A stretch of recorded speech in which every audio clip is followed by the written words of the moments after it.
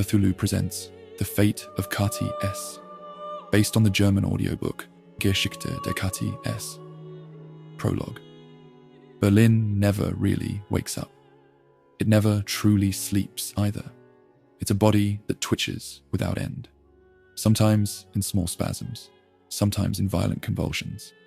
A breath of people and machines, filth and neon, violence and resignation.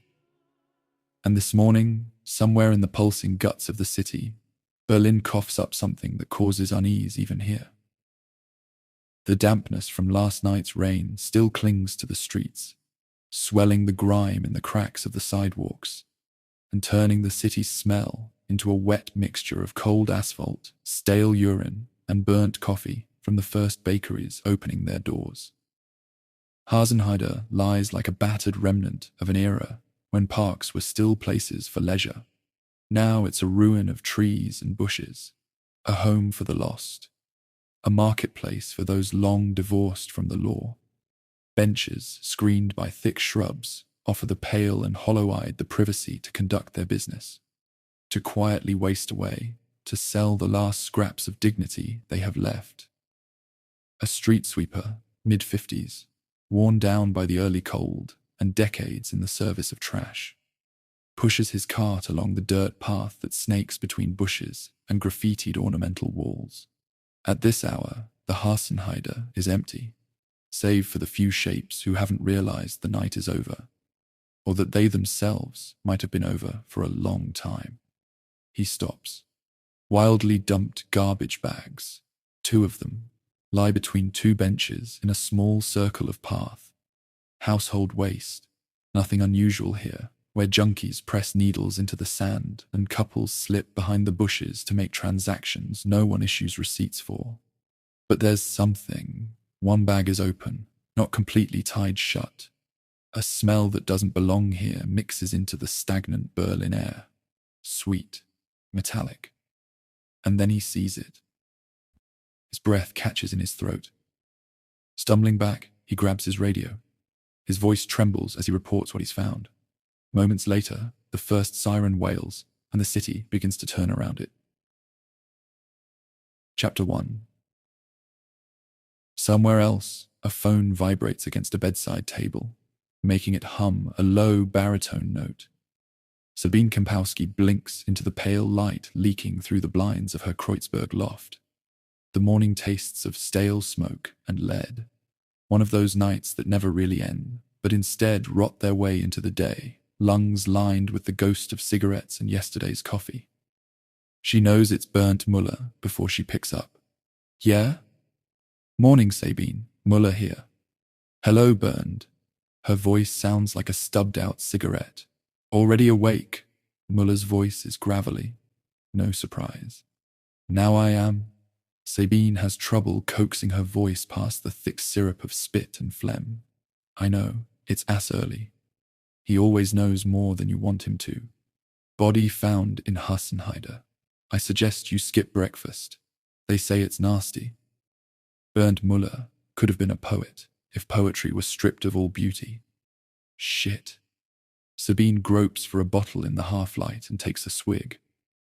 Making coffee, Muller adds. He could have opened a coffee shop with a poetry slam stage. His kind of poetry. Stefan, Sabine half coughs, half smiles around the accidental mouthful of vodka she just swigged instead of water. Lindemann, still on sick leave. You'll be 3 on the run today. Peggy's without a partner. She drags her fingers through greasy hair, rubs her eyes. 3 in a squad car means little space, bad moods. Jochen will rattle off cold, technical jargon. Peggy will smooth everyone over, and Sabine will keep herself afloat on nicotine and sheer spite. Peggy at least has family. Solid, boring husband, 2 lovely kids. Jochen has never had a relationship. He's not built for it, and Sabine has lost everything. Half an hour, Sabine, Muller cuts in. I'll be there. She watches him hang up, stays lying there for a moment, staring at the ceiling. The day will taste of metal.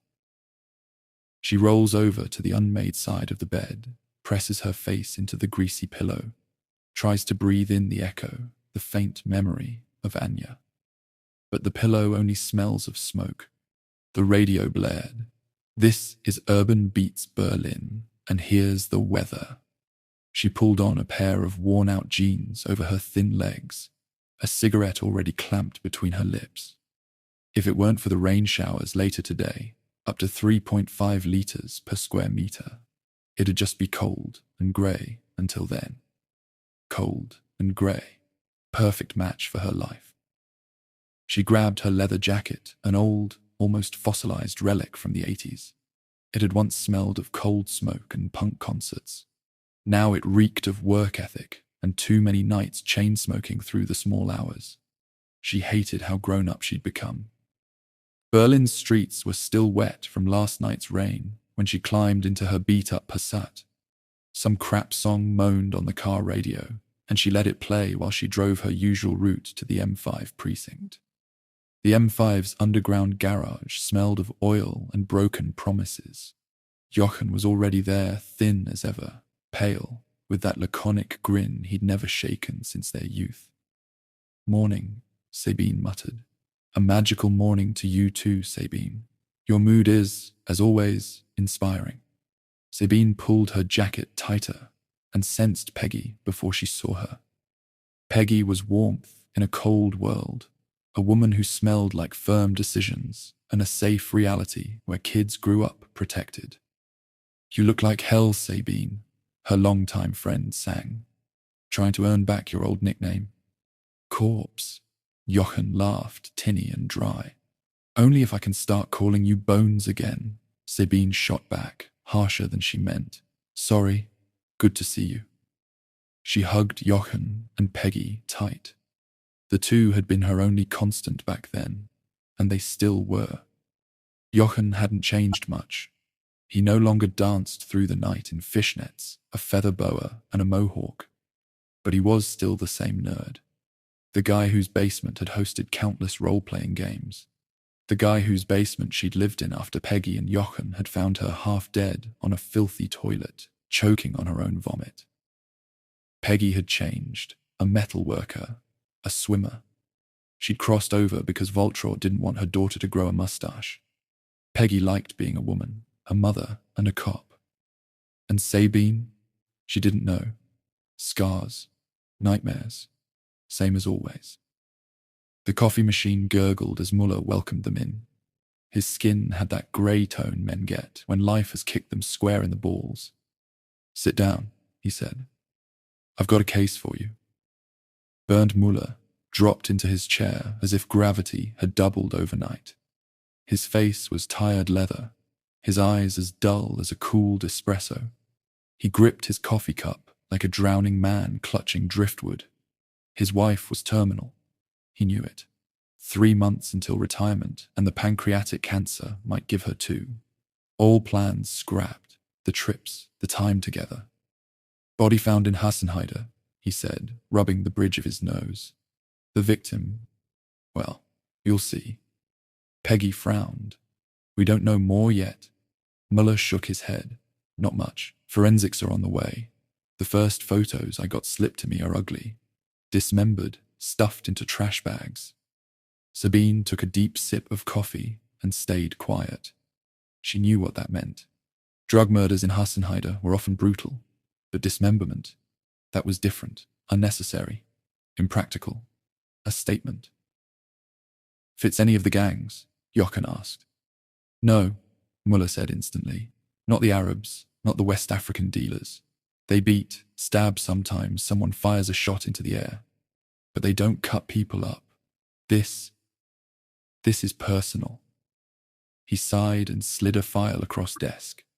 Peggy grabbed it and flipped through the first pages. "You're lucky," Muller said dryly. "You don't have to deal with the prosecutor. You get the white file, I get the grief." Sabine let out a humorless laugh. Muller shrugged. His resigned smile was that of a man who'd worked too long in a system that would have spat him out if he hadn't been so damn stubborn. "Benno Nowak, BSR employee, found the body at 4:45 a.m., Muller said. "According to the report, He was emptying trash bins in the park. Poor bastard, Peggy muttered. Yeah, Muller confirmed. He's completely shaken. Crisis counseling's already been called. He may have to testify later. Forensics aren't on site yet. Get there before they trample everything. Muller took another sip of coffee, then hesitated. For a moment, he looked like he wanted to say something, but thought better of it. Sabine's eyes narrowed. What else burned? He stared into his steaming cup. Then quietly, Nolter's back. Silence. Peggy and Jochen exchanged a quick glance. Sabine didn't move. I can't take that into consideration, she said finally, her tone flat and hard as concrete. Muller nodded. He knew better than to push her. Sabine inhaled deeply. Anja Nolte, the woman she'd once loved.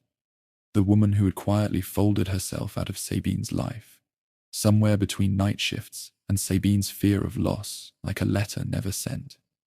And now she was back. Muller pulled open a small drawer and tossed a set of keys across the table. Peggy caught them mid-air. Opel Vectra, Muller said dryly. Yeah, I know, it's crap, no budget. Jochen grinned. Look at you, splashing out. Feeling generous, Bernd. Peggy sighed. Does it at least run? Muller shrugged. Let's hope. Jochen leaned back, arms crossed. You could have hooked us up with a BMW, boss, or at least a radio from this century. Yeah, sorry, Muller said, sounding genuinely embarrassed. Then a sudden flicker of old mischief in his eyes. You get what you deserve. Then I should get a tank, Sabine muttered. Or a charger. Peggy stood. Okay, let's move. Muller nodded, taking another sip of coffee. Watch your backs. And his eyes flicked briefly to Sabine, then away. Keep me posted. Sabine just shrugged. We always do. Then she turned, slung her jacket over her shoulder, and walked out. Out into the Berlin morning. Out to a dismembered body and a case that already reeked of trouble. Chapter 2. The M5's underground garage was a half-dark hole of concrete, gasoline, and damp. Neon tubes flickered lazily, and somewhere water dripped steadily from a pipe onto the dusty floor. Jochen was already down there when Peggy and Sabine stepped out of the elevator. Not a bead of sweat, no sign of effort. How do you do that? Peggy asked as she passed him. Had a favour to cash in with Chief O'Brien, Jochen muttered, fishing the car keys from his pocket. In a rear parking bay, their vehicle waited. Green, brown interior, an Opel Vectra. Frog vomit green, Sabine said dryly. Peggy sighed. Leonard always liked spinach better as a baby. Sabina didn't. This was the colour when she threw it up. Jochen grinned, patting the roof. 4 wheels, even comes with a steering wheel. As long as there's more than a note under the hood saying, sorry, no spare parts. Yabba-dabba-doo. I'm optimistic. By the time they reached Hassenheide, the scene had turned tense. Ahead of them stood riot police in full gear green, not black. Not yet. A beret wearer waved them over, opening Peggy's door. Oh, homicide. Peggy, your partner not with you today? No, not today, Peggy replied, puzzled, not quite sure how the muscle-bound officer from the task force knew her name. Hi, Sabine, Jochen. The man, tall, angular face, voice a little too loud for the early hour, grinned broadly. Did Stefan take some vacation? Looks like he's busy with his house. Sick, Peggy said. Probably from overdoing it. He showed me photos, wouldn't want to move into one of those new developments way out there. He's not doing well. Peggy shut it down. The man nodded, none the wiser. How's the family? Peggy guessed at random. Little one's got a fever. The older one keeps me up too. You know how it is. Sabine studied him. Tired, but upright. A bit too chummy on the side, but still the kind of guy who knew what children's laughter sounded like, despite all the shifts he'd pulled. Hopefully, it's just the usual, Peggy said. Same thing every time. He waved it off. One's healthy, the other's sick. Nights are never ours. Then look forward to puberty. That'll be fun. Peggy ended the small talk for good. He gestured towards the taped-off area. Want me to let you in? Peggy nodded. That'd be nice. The officer's tone turned serious. Yeah, we're just locking it down, but let's just say it's not pretty. They parked and went the rest of the way on foot. The morning was dull, the Hasenheide exhaling damp cold from its trees. They followed the path, turned left, pushed deeper into a tangle of narrow trails, thick bushes, and the echoes of nights long past. And then it was there, a small round clearing in the middle of the park. The stillness was unnatural. It was as if the world had stopped for a moment, while the city around it kept turning. A perfect place for shady business, or for what they were about to see. 4 officers in black stood there, uniforms new, faces blank. In the center of the clearing sat a man in an orange safety vest, chalk white, trembling. Benno Nowak, Berlin sanitation worker, and to his right, 2 blue trash bags, standing upright, waiting. Sabine pulled on her gloves, without a word. Homicide was here. There was no turning back now. Sabine crouched, the world around her slowing down. Her fingers curled around the edge of the first bag, and for a moment she paused. Wind moved through the trees, a faint sound like breath through cracked lips. Then she pulled the plastic open. A female torso, small, slight, barely developed breasts. A thin, dirty top clung to the body. The fabric was damp, but not bloody. No head, no arms, no legs, just a torso. Sabine let her gaze drift over the girl's skin, pale, almost translucent. No scars. A tattoo where the neck would have met the head. No life left in it. Shit, she murmured. She reached for the second bag, opening it more carefully. Inside lay a head. The girl's dull, open eyes stared at her. No pain in the face, no anger, just the eternal, indifferent afterwards. Her blonde hair was tangled, matted with dried blood at the scalp. Beneath it, arms, legs, tangled together, stuffed inside without care. Sabine exhaled slowly. The body was destroyed, but hadn't been bound. No obvious signs of abuse, no old wounds, no fresh marks from whips or breaks. Just a dismembered girl, broken, like so many others. Peggy sat down on the bench beside the man. His orange vest looked alien in the pale morning light. He sat slumped, helmet loose between his hands, his face as drained as if all life had been washed out of him. Hello, Mr. Nowak. He barely flinched. Morning. His voice was hollow. My name is Peggy Derweiler. I'm with the criminal police. I know. Peggy studied him.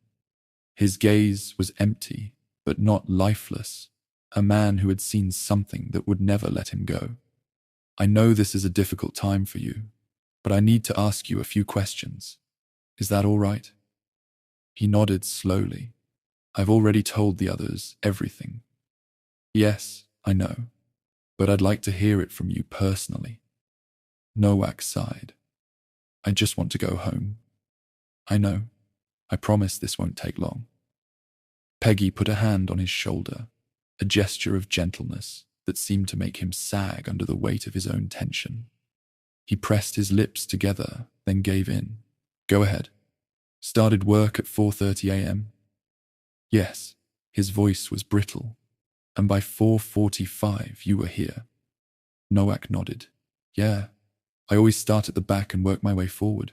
Only way it feels right. Anything else feels wrong. Anything unusual this morning? Anything different? No, he said, same as always. Peggy took her time with the next question. Tell me what happened then. Nowak closed his eyes for a moment. I emptied the bins, and then I saw the bags. His fingers trembled slightly as he rubbed his knees. I thought someone had just dumped trash again, Happens all the time. And then Peggy waited patiently. Noak swallowed. I opened one. He hesitated. I looked at her, that face. Peggy stayed silent. She looked so peaceful. His voice was barely a whisper. At first, I thought she was a doll, because there was nothing alive about her. Peggy nodded. She'd seen plenty of people meet death this way. Some grasp it instantly, others fight it. Did you see anyone here? Hear anything? No. I'm always alone when I work here. He looked at her for the first time. Did you know the girl? His eyes glistened. Yeah, that's Kathi. Peggy blinked. You know her name? Noak nodded, rubbing his forehead. Of course, she was here most nights, and stayed until morning. What was she doing here? Noak looked down at his hands. Turning tricks. She work alone? No, Noak muttered. Usually with Rita. Rita? Peggy made a mental note in her mind map. Yeah, older, mid-20s. She work here too? Yes, she looked after Kathi. Noak sighed. They call her €10 Rita. Peggy said nothing. After a beat of silence. Do you know where she is? Noak shrugged. She's here at night. Might come back tonight. Peggy added another note. If Rita came back, she was either brave or clueless. She pulled out her card. If you think of anything, Mr. Noak, if you see or hear anything. He took the card, stared at it as if memorizing the numbers. Then another voice cut through the clearing. Well, what have we got here? Sabine looked up. Bodo Geller was there, crime scene unit. And next to him, she saw her before she spoke. Dark hair, shorter than Sabine remembered. Or maybe time had just shrunk her. Anya Nolte. Damn. Sabine. Her voice was subdued. Awkward. You don't shit where you eat. Hello, Anya. 2 words, too little, too much. All good? Anya asked. Yes. Sabine nodded. Yeah, same here. A lie. She didn't sound good. I was on vacation, Anya said. Sabine's fingers twitched. She knew what was coming. Oh yeah? Yeah. Anya had gotten some color. Where'd you go? Sabine asked, feigning ignorance. Say it, she thought. Silence. Then, hesitantly, Maldives. It hit like a slap. The Maldives. The trip they'd planned together. The one they'd saved for. The one they never took. The one Anya had now taken. Alone. Or with someone else. Oh, Sabine said flatly. We were supposed to go there together. Yeah. Another lie. Didn't work out. No, Sabine said, fighting back tears. Her voice was quiet. Didn't work out. She didn't know if she wanted to look Anya in the face or not. She just knew it hurt. Was it nice? She asked, though she didn't want to know. Anya looked down. No. Sabine hadn't expected that. No. No. That hurt more than anything. Shame, Sabine said, her voice raw. Doesn't get any better, Anya murmured. I'm telling you. That was everything. Sabine opened her mouth, but said nothing. They stood there, 2 grown women who had once known everything about each other, and now couldn't even look each other in the eye. Geller stood beside them, prying open the trash bag with a pen. The dead girl stared back at him. Jesus Christ, he swore, jerking away. Why the hell didn't anyone tell me? Anya laughed softly. Because that's not our job. Sabine looked from one to the other. Geller cursed. Anya smirked. But all of them stood in a quiet bubble of horror. I've looked already, Sabine said. What do we have? Anya stepped closer, pulling on gloves, gripping the bag's edge. A young girl, she murmured. Blonde, 16 maybe. Shit, someone muttered. Yeah, Sabine said. 16, max. Junkie? Geller asked. Anya nodded. Yeah, you can see it in her teeth. Under the lifted lip, blackened teeth. Geller snorted. Hasn't been to a dentist in a long time. Or ever, Anya whispered. She reached for an ink pad, taking the stiff girl's fingerprints. Not much blood here, huh? Sabine murmured. Anya shook her head. No, almost none. She was killed somewhere else. Sabine rubbed her face. It was always the same. Kids dying too soon, because the world had already forgotten them before they'd even had a chance to live. Do we have an ID? Anya asked. Peggy shrugged. Just a first name for now. Kathy. Sabine closed her eyes briefly. But that doesn't get us far, Peggy went on. There are Katerinas and Kathys, like sand on a beach. She stepped closer. She ran with Rita. €10 Rita. Anya looked up. Ah. Geller smirked crookedly. Shitty name for a girl. Shitty name for a life, Sabine muttered. Forensics, same as always, 9 a.m., Anya said. Her tone was neutral, professional, but her eyes were darker than they needed to be. Thanks, Peggy said, throwing a glance at Sabine. She could feel the tension in her friend. I'm curious what story this girl's going to tell us. Yeah. Anya rubbed the back of her neck. Your job's worse than mine. Sabine gave a dry laugh. Really? Anya shook her head. No, we both do the same thing. We look at what's left, but you meet the people who do this. She nodded toward the bags. Sabine nodded slowly. Yeah, they did. Maybe you'd finally understand then. Anya sighed, looked at her. Nice seeing you again. Sabine looked back. Yeah, she whispered. Anya bent over the bags and went back to work. Just as Sabine was about to turn away, Anya looked up again. Call me sometime. Sabine nodded, but she didn't know if she could. Chapter 3. Sabine took a deep breath as they walked back to the car. The sky was grey, the air stale. The riot cop from earlier was busy yelling straight into the faces of a small crowd of gawkers. Fucking cockroaches. I'll smash you all with this baton if you don't move your asses. He swung the truncheon, smacking it hard into his palm. The crowd pulled back reluctantly, but some stayed, too jaded or too hungry for spectacle to really leave. He turned, saw the detectives, and grinned wide. Well, what can you do? He jerked his thumb toward the gawkers behind him. Guess none of them own a TV. Sabine snorted as they headed for the Opal. Could be because they don't have a home at all. There's action, it's entertainment, Peggy said. Crows, Jochen said. He liked to speak in images. They gather around their dead. Peggy shot him a questioning look. Interesting comparison. Why that now? They learn from the death of others, Jochen explained. Would be nice if that were true, Peggy murmured. And most people avoid them, Sabine growled, yanking open the car door. Because they're black, they caw over graveyards, and they're nothing like cute songbirds. They gather at their dead in a world that doesn't like them, Jochen added. Makes sense, nice metaphor. One of them's died, Peggy said as she slid into the seat. More than a memento mori. It's what can happen to anyone out here, Jochen murmured, starting the engine. No one disagreed. The drive took barely 2 minutes. Out of the park, up to the north side. Onto the cross street, Hazenheide. Directly across from them was the next stop. Information. They could have walked. The Back's Bani. A rundown storefront, its windows covered with old posters, graffiti scrawled along the walls.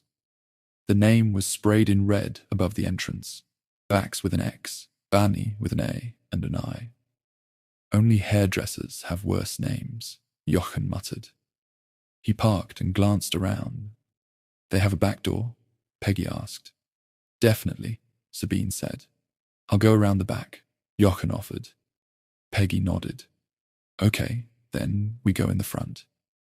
Sabine and Peggy approached the entrance, while Jochen slipped down a narrow alley toward the rear of the building.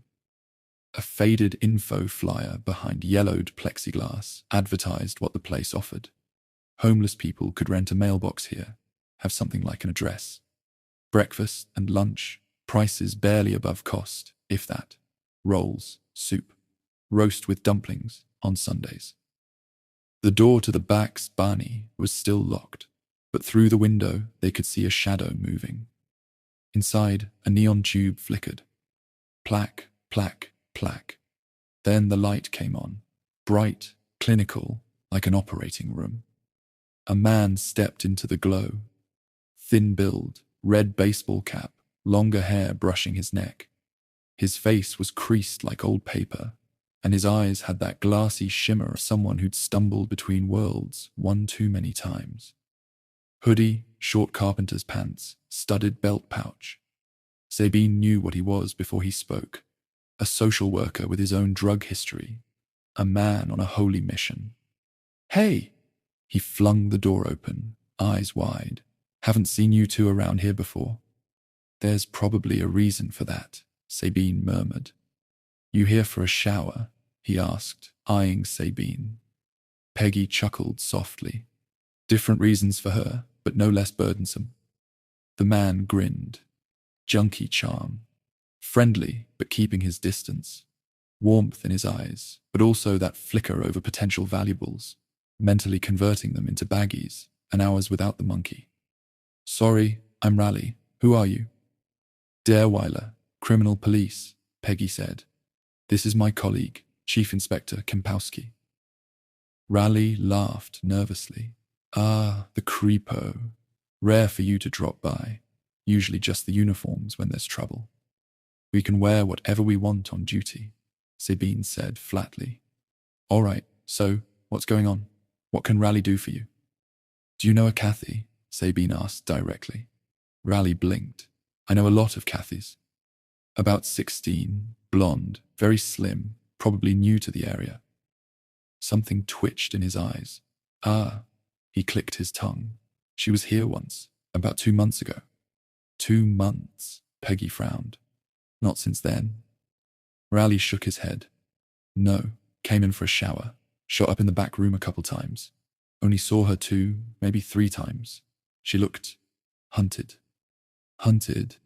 Sabine felt her stomach tighten. "Yeah, like someone who can't rest. But they don't talk much. Takes a long time to earn their trust. And I only saw her those few times." Peggy exchanged a glance with Sabine. 2 months. And now she was dead. "And Rita?" Peggy asked. Raleigh rubbed his nose. €10 Rita. Shitty name.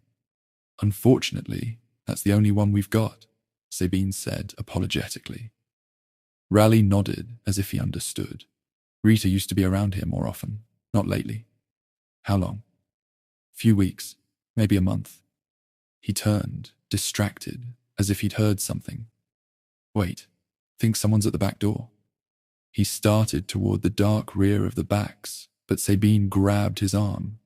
"I'll come with you. Don't want anyone slipping out unnoticed." Raleigh looked puzzled. "Nobody else here." "Better safe than sorry," Sabine said, following him. "You have any idea where Rita is now?" Sabine asked. Raleigh shrugged.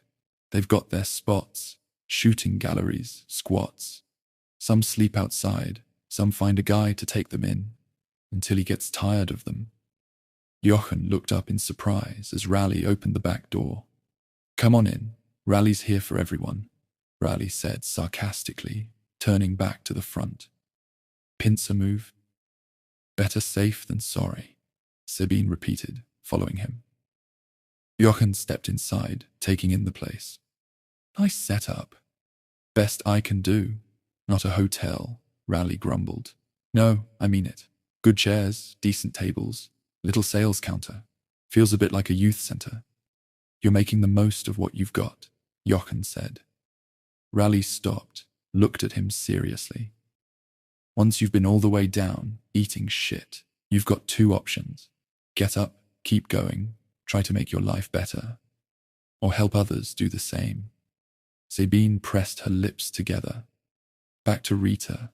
Rita used to run with Matze," Raleigh said. "They shot up together." "Matze?" Peggy asked. "Yeah, haven't seen him in ages. Maybe dead, maybe clean." He gave a short laugh. The latter would be the bigger miracle. Jochen snorted. You know what happened to Rita?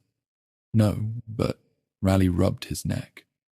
If you're looking for someone, look for Mo. Mo? Peggy jotted it down.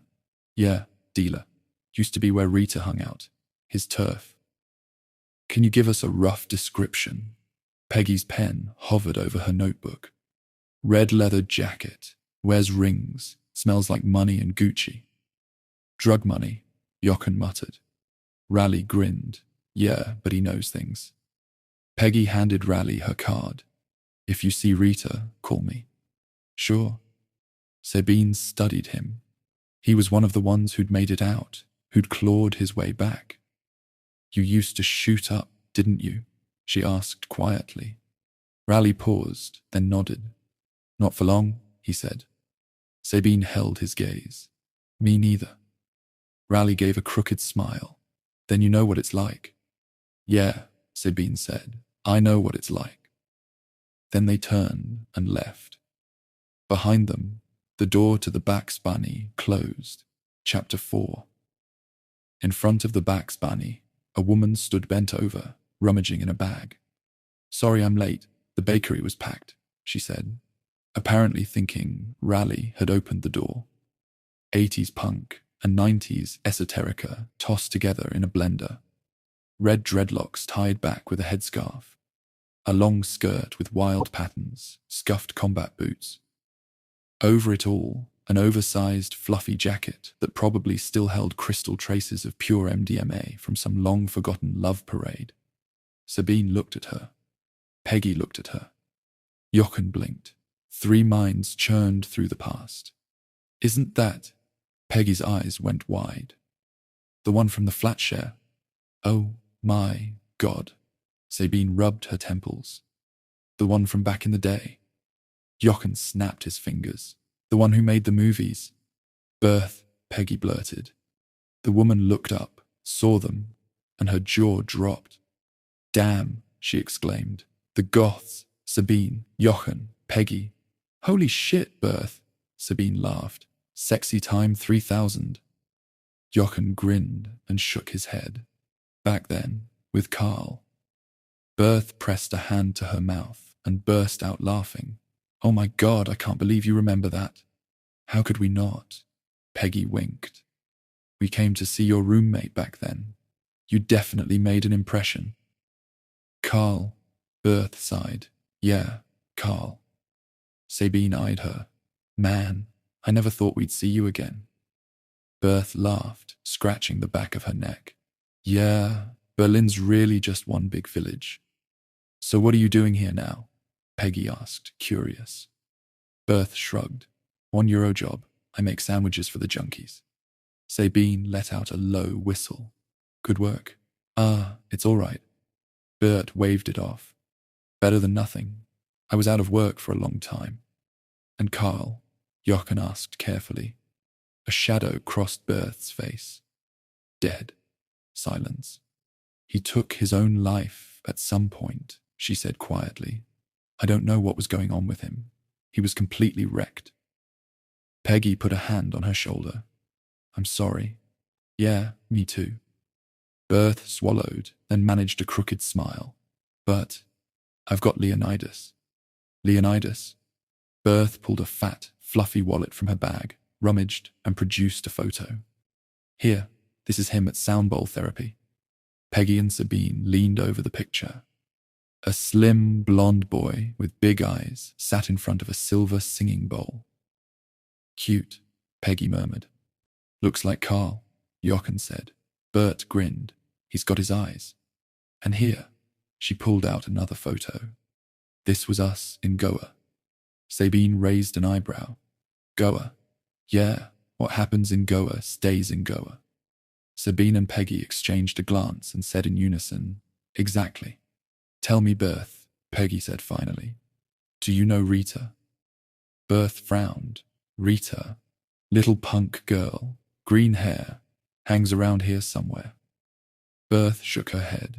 Nope, doesn't ring a bell. I haven't been here that long. If you see her, can you let us know? Peggy handed her a card. Berth took it and tucked it away. Sure, no problem. Sabine sighed and glanced at her watch. All right, she said. We've got to go.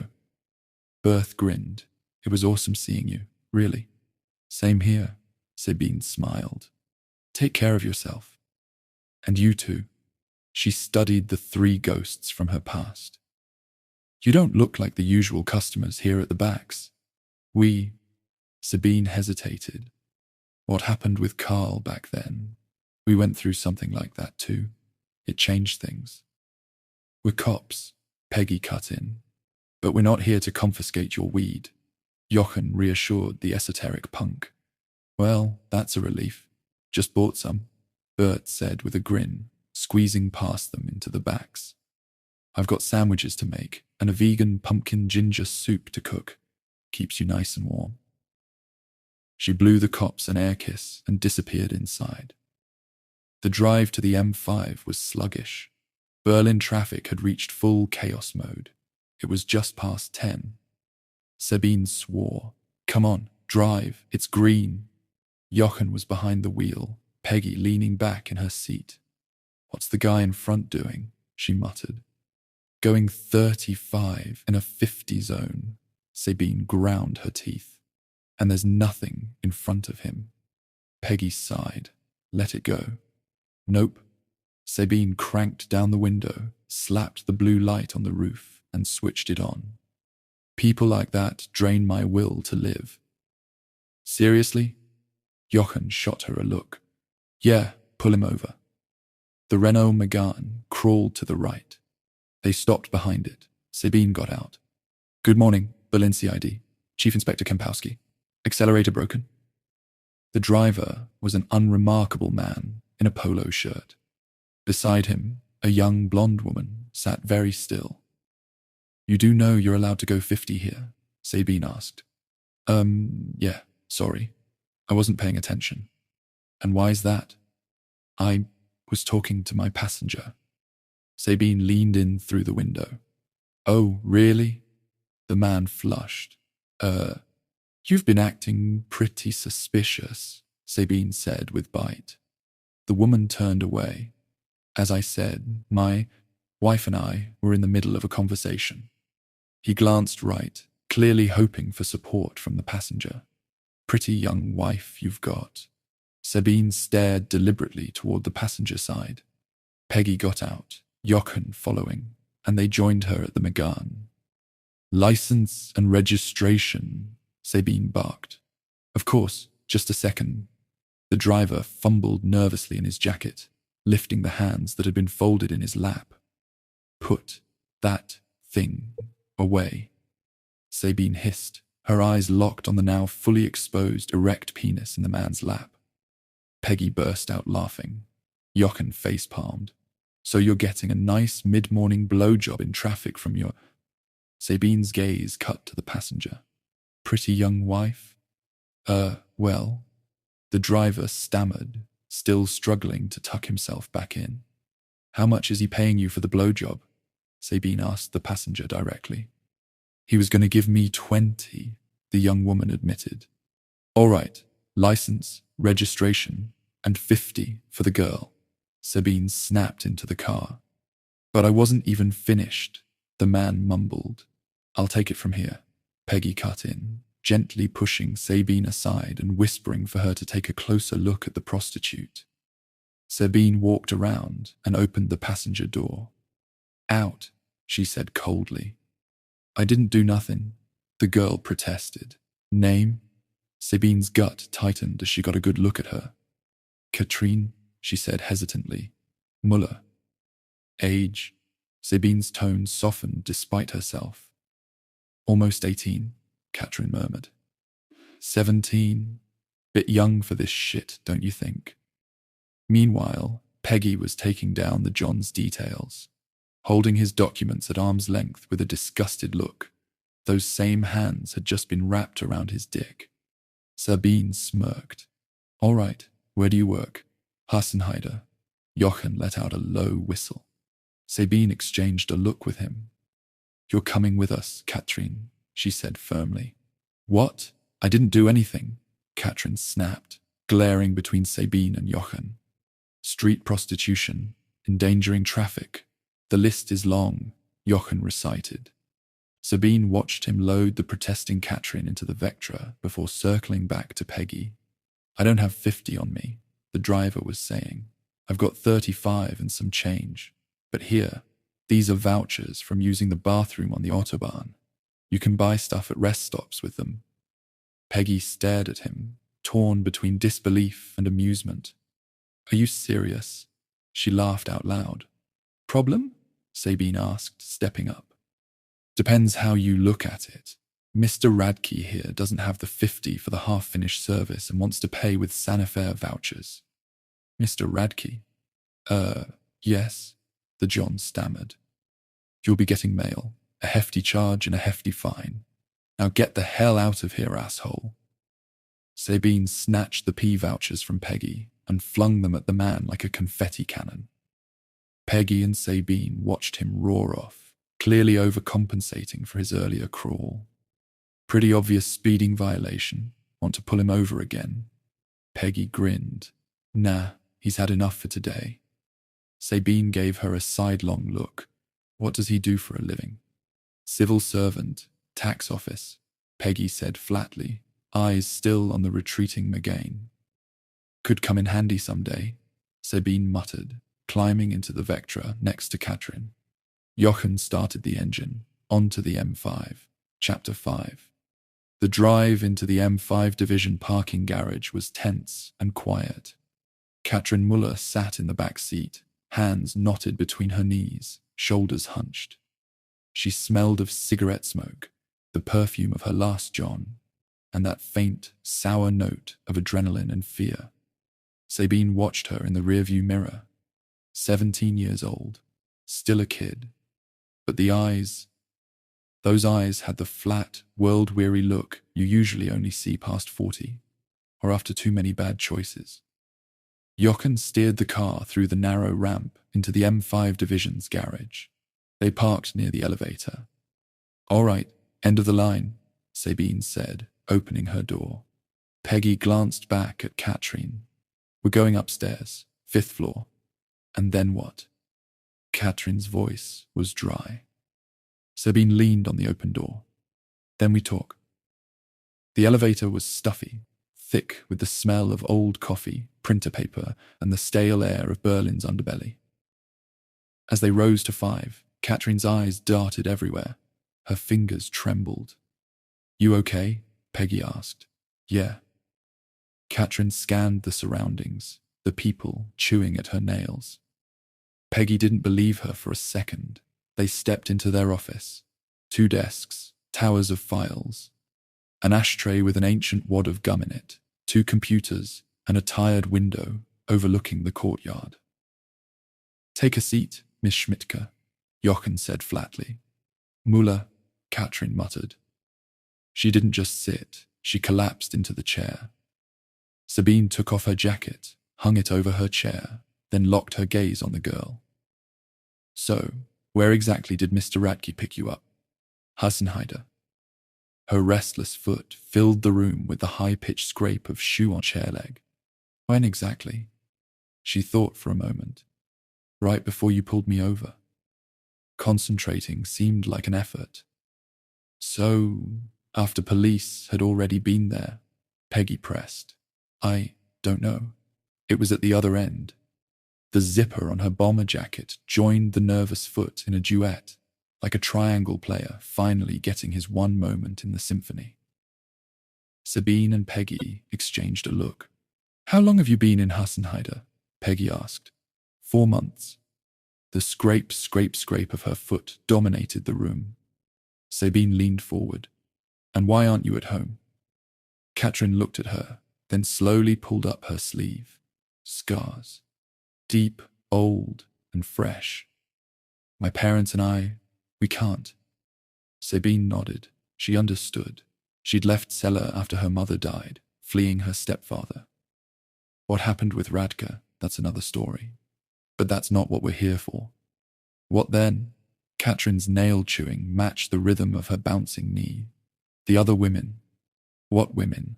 Her tone turned sharp. The ones doing the same work you do, Peggy said. Katrin laughed bitterly. Work? You call that work? Call it what you want, Peggy said evenly. We need information. Do you know Rita? Sabine asked.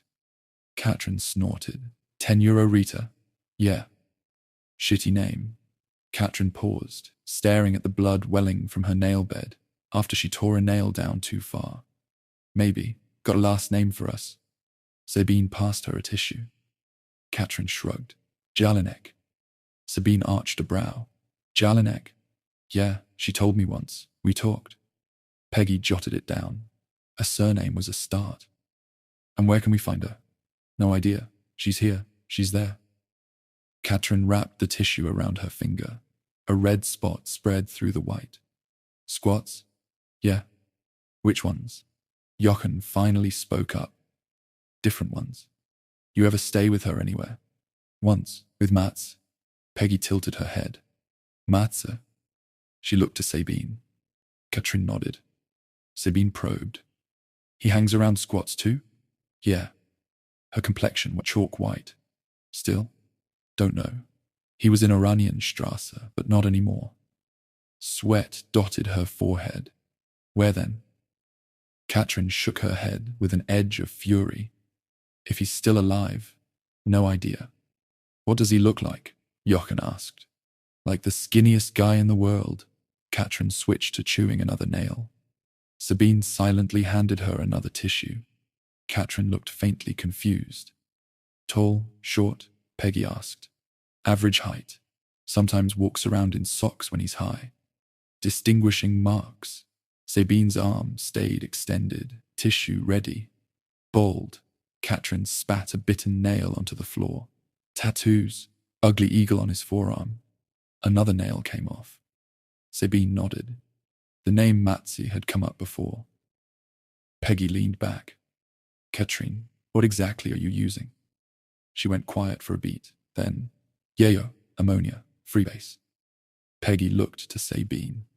Translate for the uninitiated. Sabine snorted. Homemade crap. Coke cooked up, acid stripped away to free the base. Like homemade crack. And it feels like...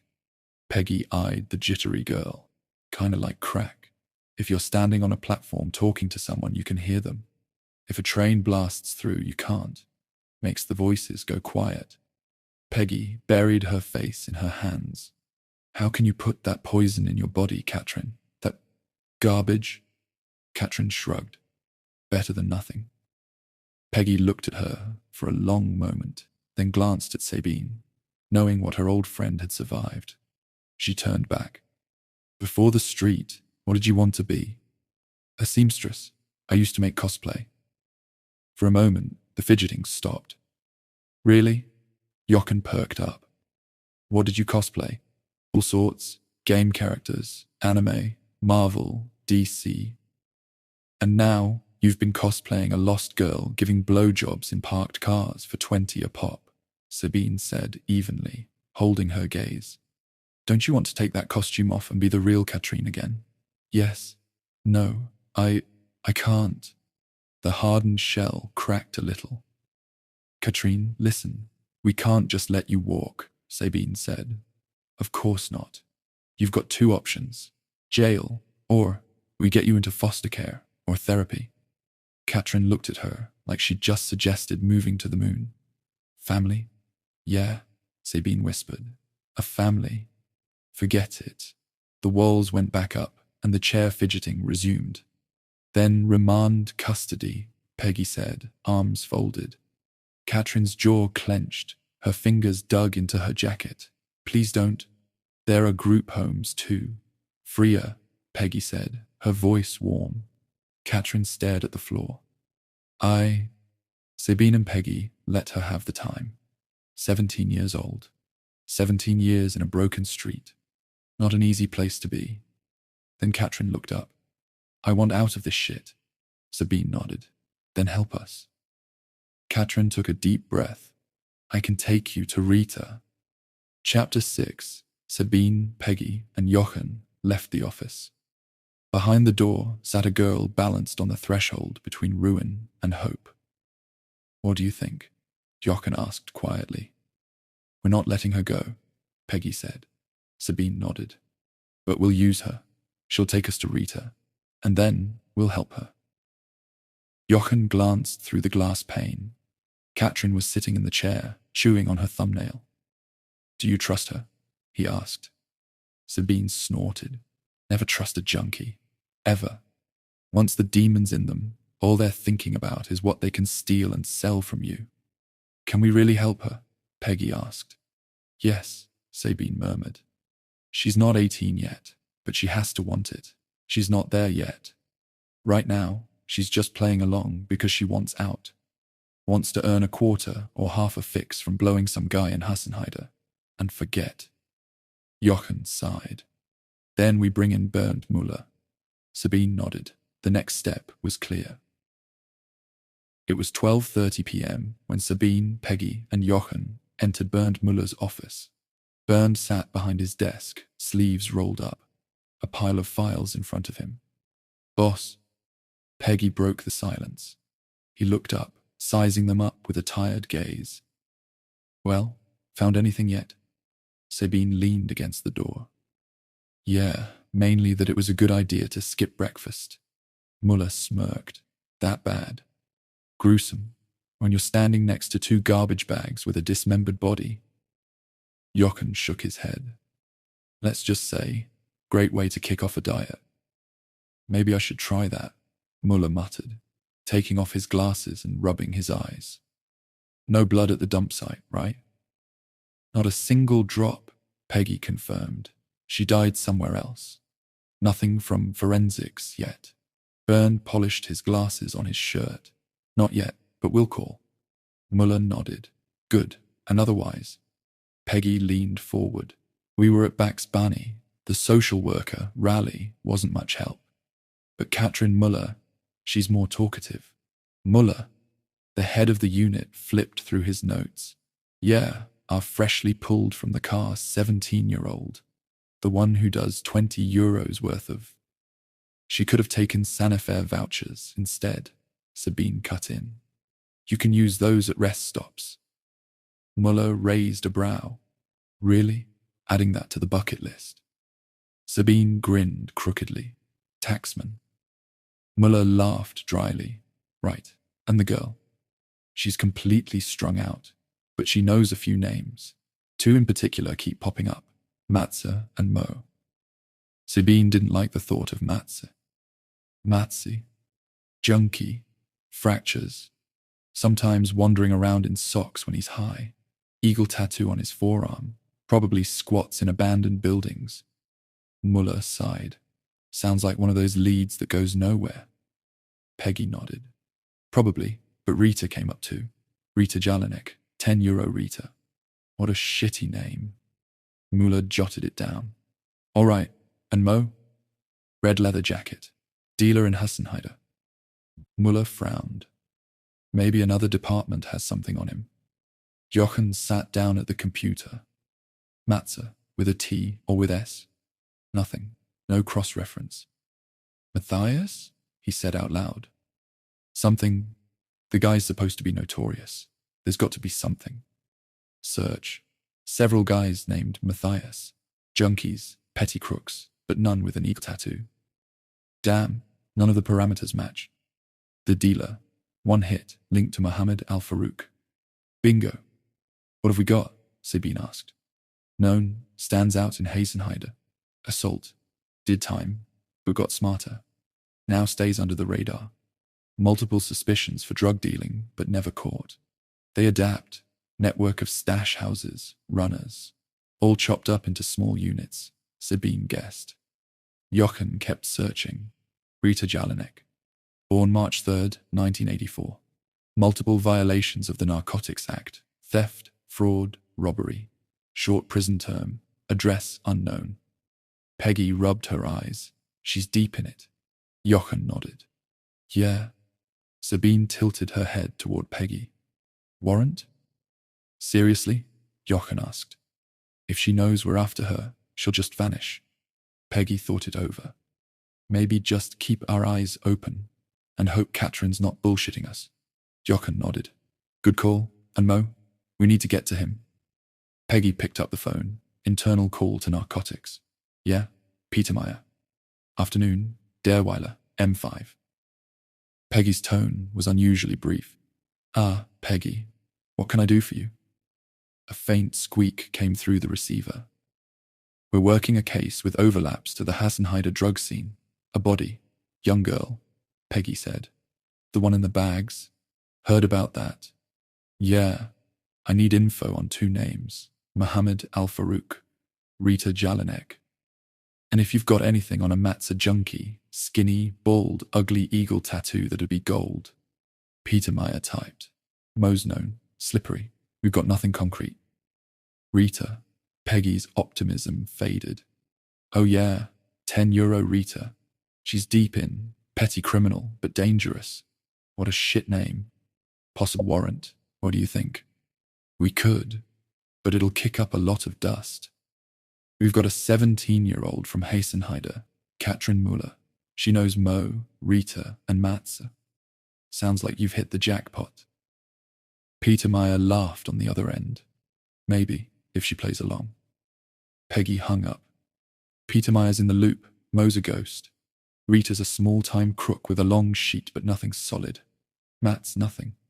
Sabine sighed. So we've got everything and nothing. For now. Peggy leaned forward.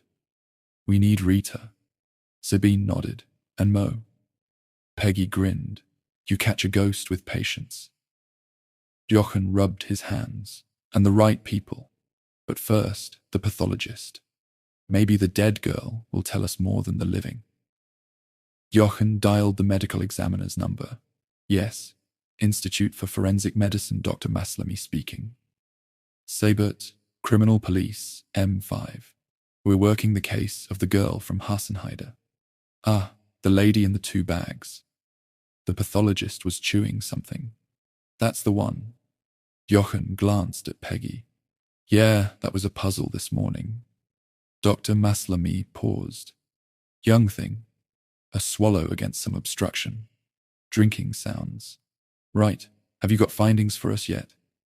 The pathologist cleared his throat, belched softly. Yeah, sorry, we're almost done. I was about to call. Perfect, let's hear it. Time of death between 1 and 2 a.m. cause. Cardiac arrest from a heroin overdose. Overdose. Jochen looked around the room. Yep, no signs of struggle, no defensive wounds. So she took the drugs willingly. But, Jochen asked. But, Maslamy confirmed. For years she'd only injected into her groin. All scarred. The fatal injection site was in the crook of her arm. Normally, junkies keep hitting the same spots until the veins collapse. Suddenly switching to the arm after years, unusual. Doesn't add up.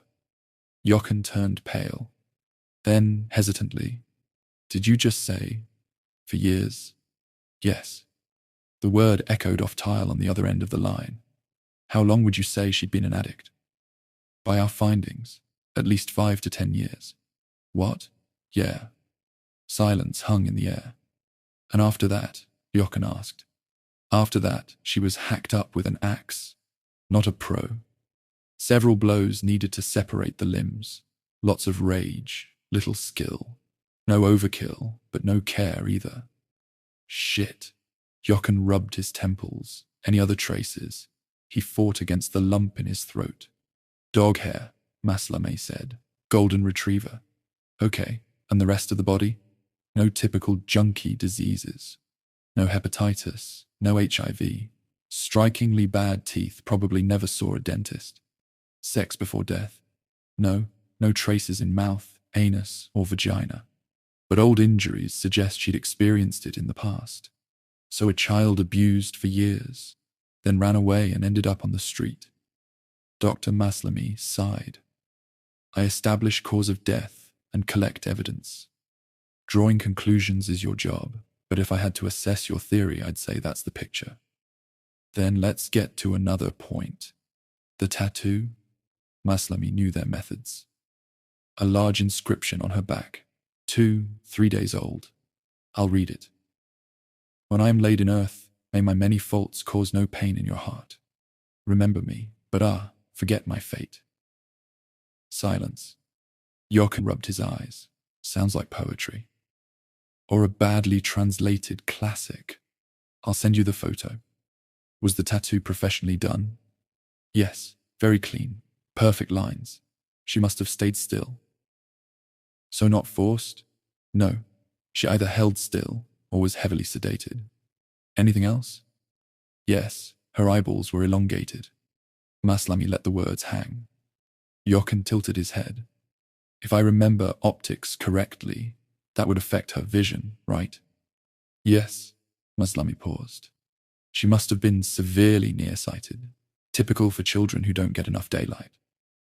So she was locked up somewhere? Jochen asked. Can't rule it out. Peggy searched the computer for the tattoo text. The tattoo, it rings a bell. She typed, tried several translations. Then a hit. Got it. And? Jochen asked. Henry Purcell, Dido and Aeneas. An opera? Yeah, Baroque, English aria. When I'm laid in earth. What? Peggy read. When I'm laid in earth, may my wrongs create no trouble in thy breast. Remember me, but forget my fate. Jochen stared at her.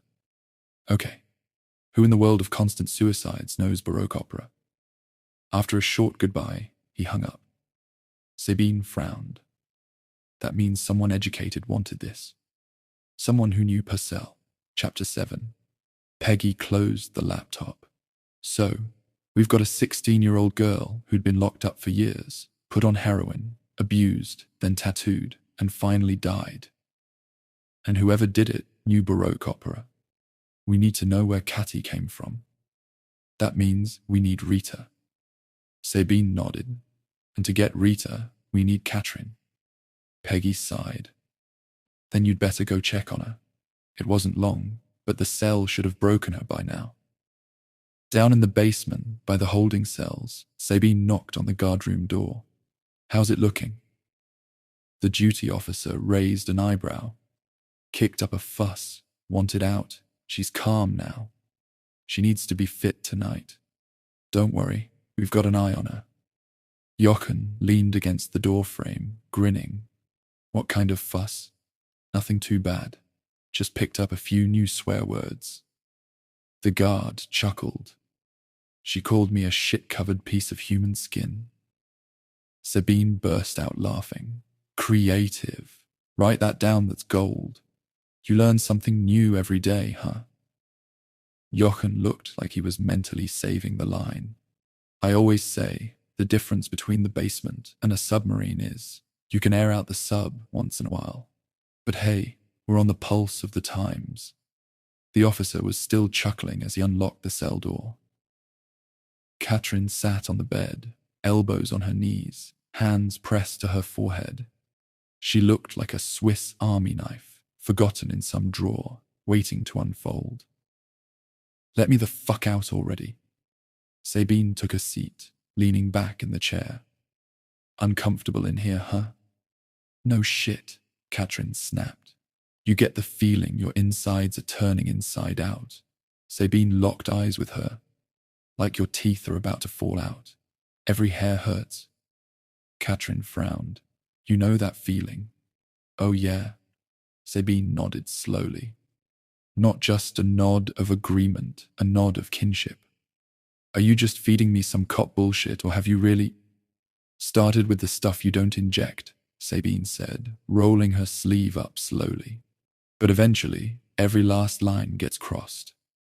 Katrin's gaze fell on the old track marks in Sabine's elbow crease.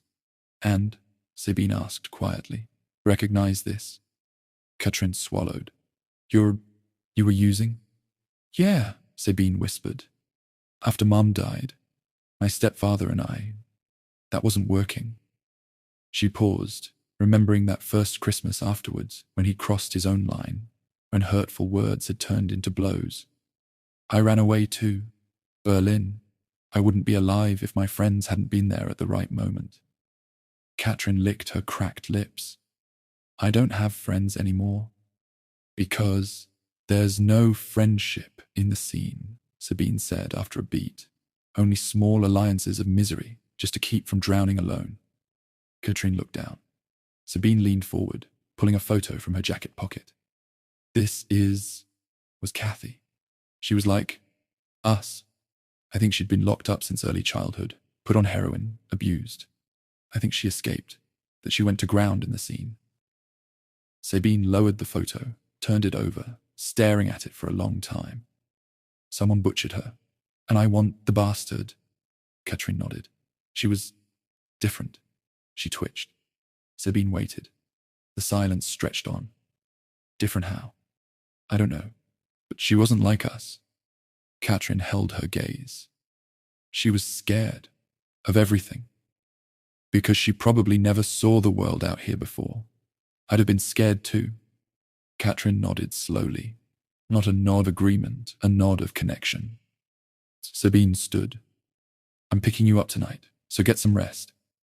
I feel like shit, Katrine whispered. I know, but you're not alone. Sabine's look was a mix of pity and warmth battling with cold distance. Can I get something to eat? Katrine asked softly. Sabine nodded. Cheese or ham? Cheese. I don't eat meat. Cola. Water. Sabine left, nodding to the guard. I'll get her something to eat. Give it to her, please. She's needed tonight. Understood. The guard had heard every word. He held her gaze longer than necessary. When she didn't look away, he dropped his eyes. You can count on me, Sabine. Jochen grinned as they walked away.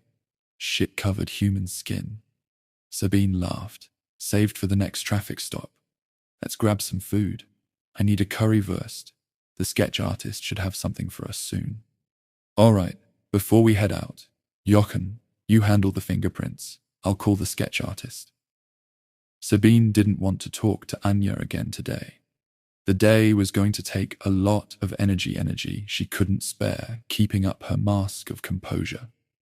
Jochen nodded and headed to forensics. It took just under half an hour for the result. No matches. Kathy's never been in the system. The tech shook his head. Nothing at all? Jochen asked. The man shook his head again. No entry, no registration, no connection to known offenders. Her fingerprints simply don't exist. How's that possible? Everyone leaves traces somewhere. Apparently not this one. Sabine called the sketch artist. Birrell, we need a picture for the press. Can you come by? Sure, 10 minutes. Birrell Young, full of drive, a gifted artist. Mondays, the faint haze of lacquer dust still clung to his fingertips. He painted faces the old-school way. Talent that outshone the less wholesome hobbies that didn't exactly match his career choice. Shortly afterward, he stood in the office. Neck tattoo. Urban, casual clothes good for running. Short hair good for fights. Sabine caught her own reflection in the monitor's stringy hair. Time to cut it off. Even for lesbians, a drastic haircut meant something was up. But tonight, the unkempt hair, untouched by a stylist in ages, was just right. Sabine opened the image file. Jesus, Sabine, a little warning would have been nice. Fuck, the teeth. But otherwise, what a pretty girl. Birrell shuddered. Hiding his feelings kept him steady, though it wasn't his own doing. We need one showing her alive, and if possible, one younger, maybe 6 years old. Sabine watched her reflection halo Kathy's severed head like a corona. I'll try. One current, one as a child. The graffiti artist rubbed his fingers together, as if trying to rub something off a tick. Birrell disappeared with his tablet, returning barely an hour later. Here, he laid a folder on Sabine's desk. I put real effort into it. The shine that's gone now. That's the hardest part. The soul, Sabine murmured, opening the folder. The first image showed a teenage girl with large blue eyes, light blonde hair alive, almost radiant. Yet her gaze carried a certain sadness. The second showed her around 6 years old, round-cheeked, with curious eyes. This is perfect. You really did put in the work. Sabine stood and hugged the startled Birrell. It's my job. I get paid well enough. Didn't expect that kind of thanks. He mumbled into Sabine's vice grip. She let him go and pulled out a slip of paper, the tattoo text. You've probably captured her better than you realize. Birrell read the poem, in German, as on Kathy's skin, and the English original. Dido's Lament, Birrell said softly. You know it? Sabine stared at him in surprise. Of course.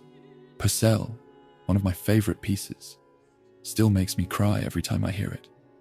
He handed the paper back. Why show me this? She had it tattooed on her back. Sabine studied the lines. I think you nailed her perfectly. Birrell wavered between beaming and being moved.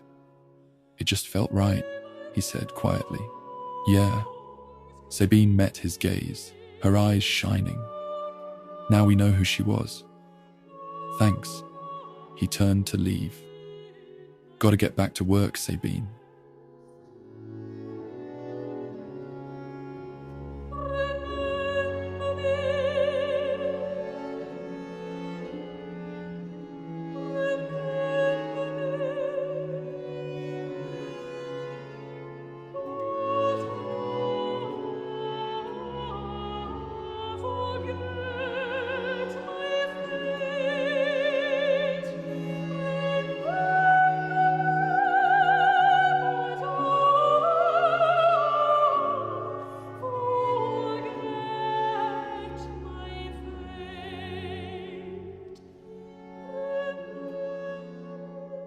Chapter 8.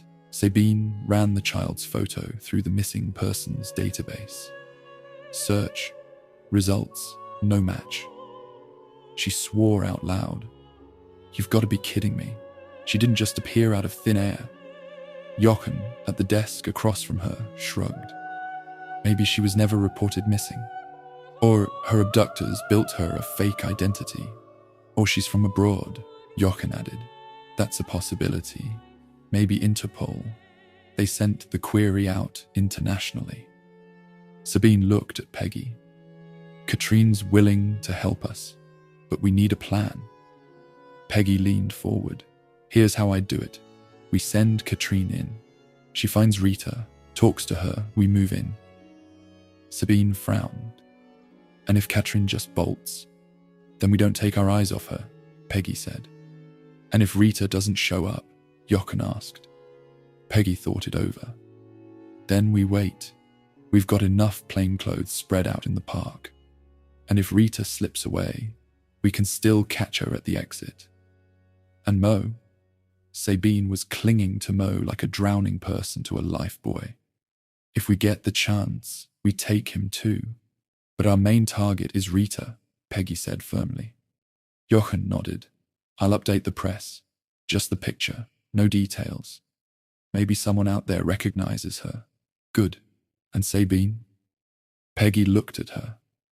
You go with Katrin. She seems to trust you. Just don't let her run. Sabine nodded. I'll get ready. Sabine went to the bathroom, splashed her face with water, pulled an old pair of jeans from her locker and a plain hoodie. No makeup. She tied her hair back loosely. She looked in the mirror, almost like back then. But back then, as punk, goth before those words became boxes to put people in, she'd looked even more wrecked. I need something else. A quick glance at her scars. Old memories. The scar from the music box that bastard had thrown at her head one Christmas, right before he snapped. She'd gotten it from her mum. Only fragmented memories of the music box remained. And the scar. Peggy knocked on the door. Ready? No, I look like I'm about to go jogging on meth. There's that girl from Vice, Amelie. Sabine remembered the cop with the goth clothes. Yeah, she's bound to have something for me. Sabine went down 2 floors to the sex crimes unit. She found Amelie, who lit up. Undercover job? Wait here. Amelie rummaged in her locker. Here, take this bracelet. No heavy metal, just a light studded band. Perfect. What about sleeves? Sabine felt like she was back in the 80s. Here, fishnet arm warmers, and, she gave Sabine a once-over. You need black, eyeshadow, kajal. Yeah, trash me up into a worn-out leftover who still thinks Gudrun Goots with malaria.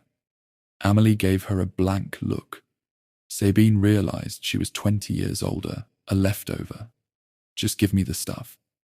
A few minutes later, Sabine looked like a cross between post-punk and ex-junkie, black nails, smudged mascara, and an attitude that left no questions. Not bad, Amelie grinned, but you need one more thing. She scooped a handful of dried soil from a neglected cactus on the windowsill and rubbed it into Sabine's palms. Now it's real. Sabine grinned. Thanks, Amelie. She smeared her hands over her face, took a deep breath. Ready? Sabine headed to the detention block. The guard stared. Holy shit, Sabine. You show up like that. I'm locking you in. Shut up. I'm taking Catherine. The guard opened the door. Catherine was lying on the bed, but jumped up immediately. Shit. You look like the old you or something. Sabine grinned. Told you. Catherine's eyes dropped to her arms. The cuts. Yeah, I know what that's like. They were quiet for a moment. Then Sabine pulled €100 bill from her pocket. This is your pay if you do what you promised. She met Catherine's eyes. She saw something there, a mix of fear, hope, and resolve, shadowed by built-in failure. You ready? Sabine asked quietly.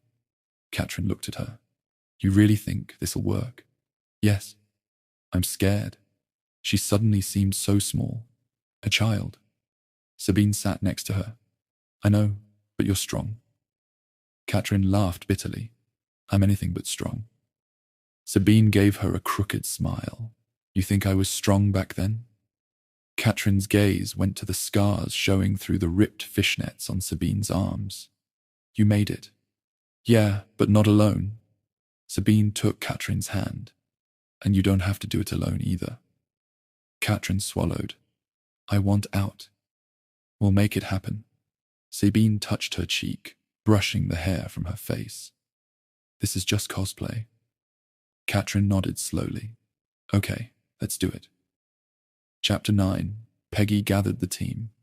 All right, Sabine and Catherine go in. The two of us flank from the outside. She pointed at Jochen and herself. We've got plain clothes at the exits. The second Rita shows, we move. Jochen nodded. And if she sees us and bolts, then we're screwed.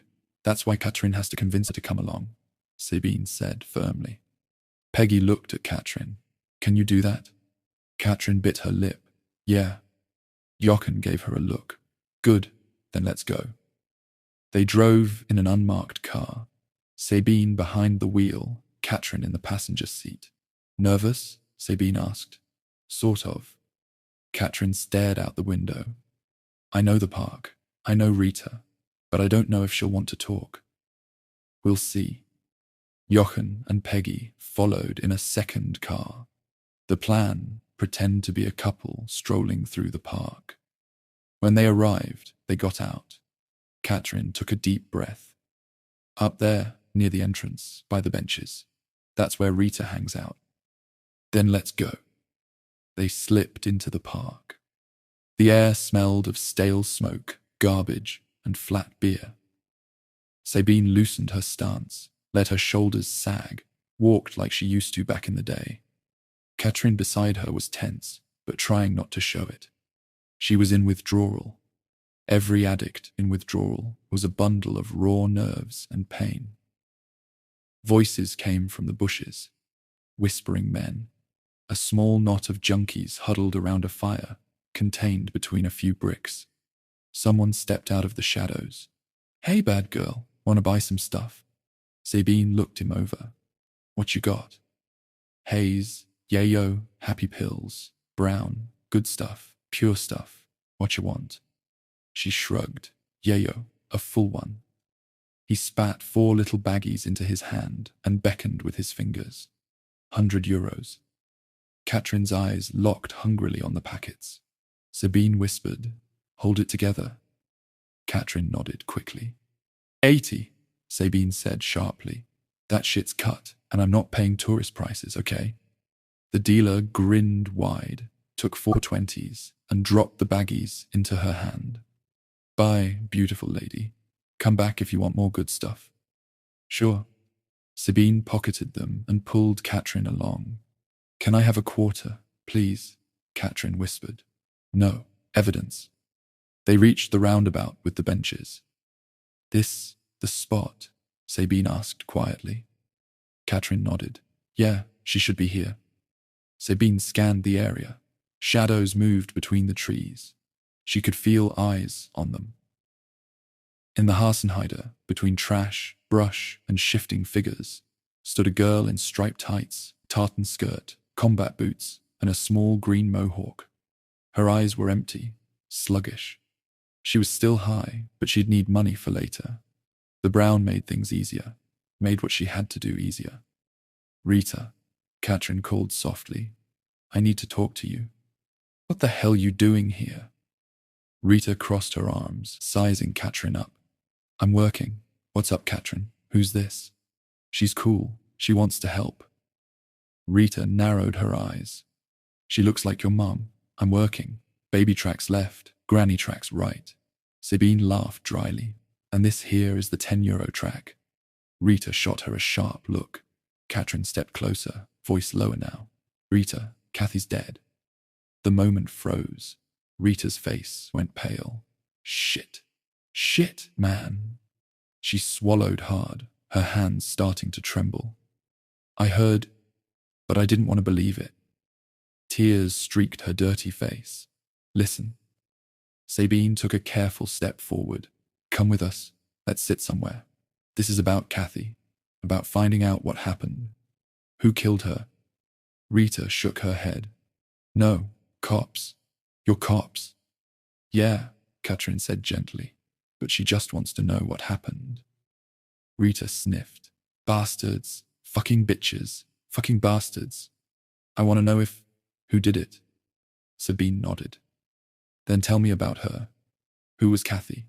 When did you meet her? Where?" Rita wiped her nose on her sleeve. 2 months ago, maybe." "She ever tell you where she was from?"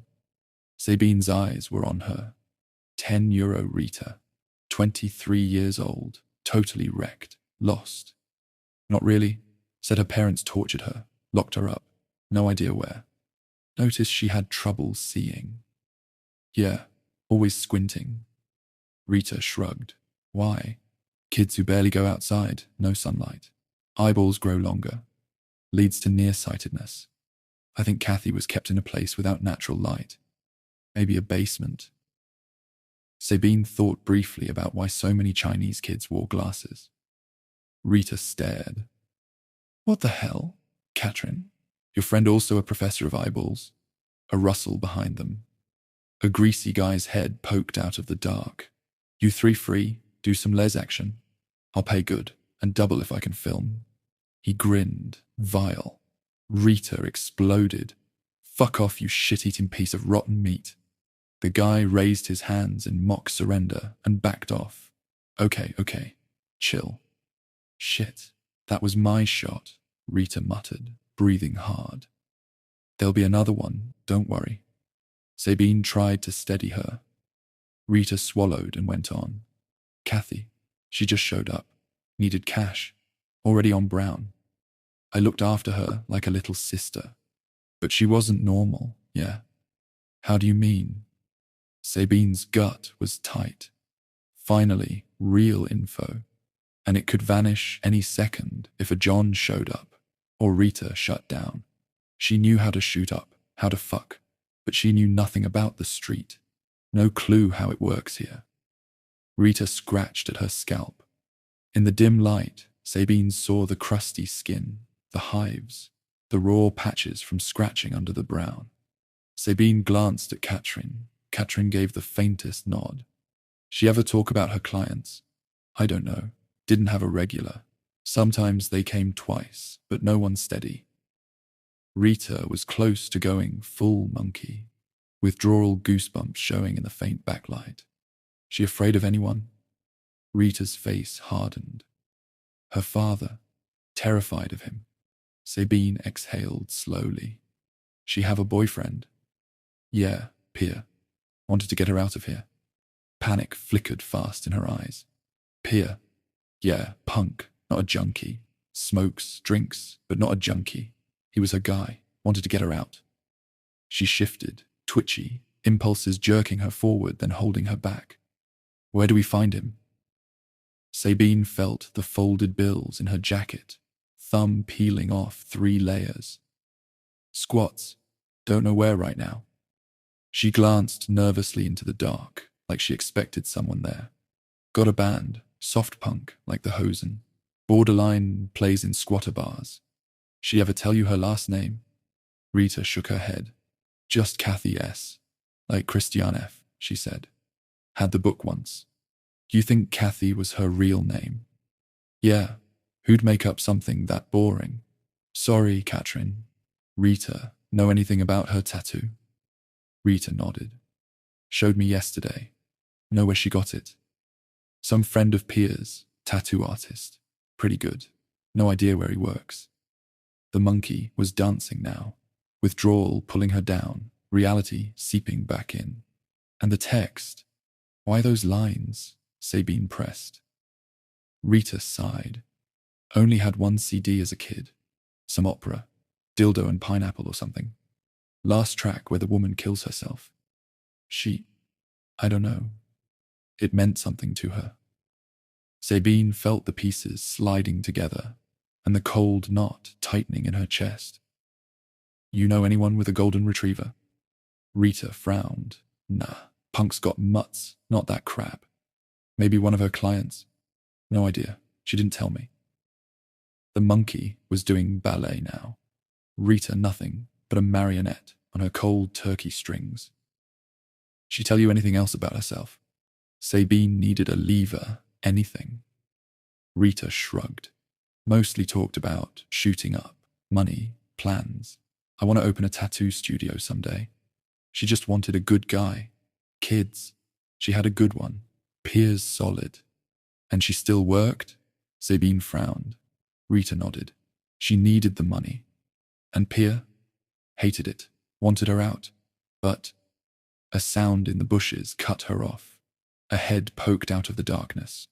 Sabine knew instantly who it was. The red leather jacket gleamed in the light. Mo, he was here. Chapter 10. Mo stood there casually, hands in his pockets. Want to buy something? He asked with a filthy grin. Sabine nodded, digging through her bag. Sure do. What'll it be? He leaned in slightly, just as Jochen and Peggy moved in from behind, lightning fast.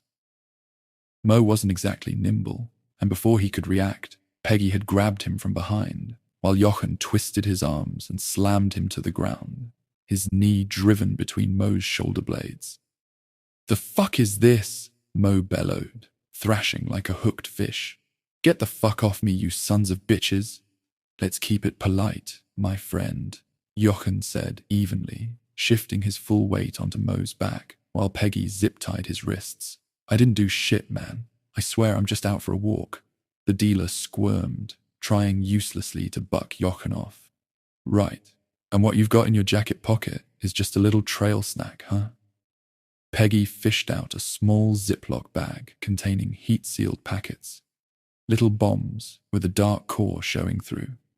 Plastic capsules, 0.5 milliliter, filled with clumpy white powder. Foil-wrapped bricks no bigger than a 2-stud Lego.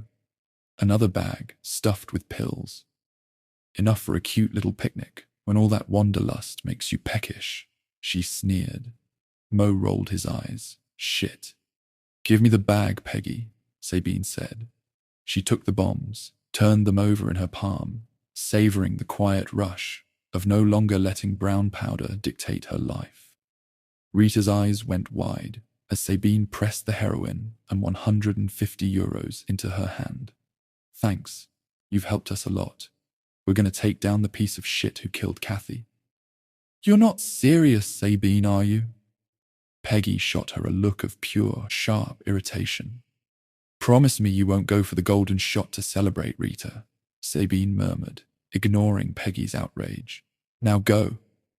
Still staring in disbelief at the bags in her hand, Rita turned and melted into the dark of the park. Sabine crouched next to the dealer, voice low. You know, Mo, I don't give a damn that you supply half of Hasenheider. What I care about right now is Kathi. Mo's eyes changed instantly. The girl, she's dead, right? I heard. Yeah, did you see anything yesterday? He hesitated. Did you see if Kathi went off with someone? Mo's body stiffened. I don't know. Jochen twisted his arm a little further. I've dislocated plenty of shoulders. Be ashamed to add yours to the list. Mo growled, then spat out. Okay, I saw him. Who? Sabine barked. Short, nasty-looking guy. Snake with fur, you know? Mo gasped through the pain.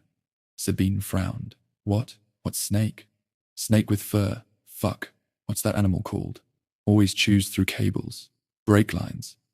I think he means a marten. Jochen cut in. Snake with fur. Nice one. He looked like a marten. Sabine pressed. Yeah, man. Pointy face. Little fucker. Like a ferret. She was scared, real bad. He grabbed her and dragged her off. Sabine took a deep breath. Where? Over there. Into a car. Station wagon. German family ride. Ah. Jochen eased the pressure. Mo exhaled loudly, sagging to the ground. Plate number? Sabine asked. Didn't see, but it was green. Ugly-ass green. Jochen and Peggy exchanged a look. Anything else stand out? Mo nodded. Dog. Big dog. Golden retriever or something. Sabine felt an icy shiver run down her spine. So, a short, wiry guy with a marten face, a green station wagon, and a big dog. Mo grimaced. Yeah, now send me to jail. I'll be out in 3 days anyway, assholes. Sabine gave a crooked grin. Maybe something else will come to you while you're in there. Chapter 11. The plainclothes cops took Mo away. Sabine called Bernd Müller, leaving a message on his voicemail about their partial success. Katrin stood there, adrift, just a child in a park steeped in menace. Here, Sabine said, handing her a bill. 100, as agreed. Katrin took the note, stared at it as if she had never held money before. Sabine extended both hands. In one, her business card, Chief Inspector Sabine Kempowski, contact details neatly printed, and, scrawled by hand, Sabine's private mobile number with the words, Call me, you're not alone. In the other, 4 little baggies, 4 quarter-grams of cocaine, fresh from a dealer's mouth. You have to want it yourself, Katrin, she whispered. Make a choice. A flicker in Katrin's eyes, the hunger Sabine knew too well. With trembling fingers, Katrin snatched the baggies, the gram of yayo, and shoved them quickly into her pocket. She half-turned, as if to leave, then froze mid-motion. She took Sabine's card. Katrin avoided meeting her gaze. If I'm ready, can I call you? She whispered. Any time. Sabine's voice wavered. Jochen stepped to Sabine's side, watching silently as the park swallowed Katrin whole. She's not ready, he said flatly. Why did you do that, Sabine? Peggy asked. You wanted to help her. I did, Sabine whispered. If we'd done something like that, with you. Peggy didn't finish. I'd be dead, Sabine completed the thought. Yeah, Jochen murmured. Why? I don't get it, Peggy stammered. You wanted to die. Realization flared in Jochen's eyes. It wasn't an accident back then. Correct. Sabine's voice was ice. You made the choice for me. I still don't understand. Peggy searched Sabine's face for something to read, something that could make her understand. She will make a choice, Sabine said, on her own. But with our help, Jochen murmured. Chapter 12. The walk back to the north exit was silent. Across the street stood the Bax Bunny, Lights out. Rally either off duty or out on a case. Sabine couldn't really imagine the dedicated social worker ever truly being off duty. As they got into the car, Jochen's eyes snagged on something. He was half in, half out. One foot on the street, one hand on the open door.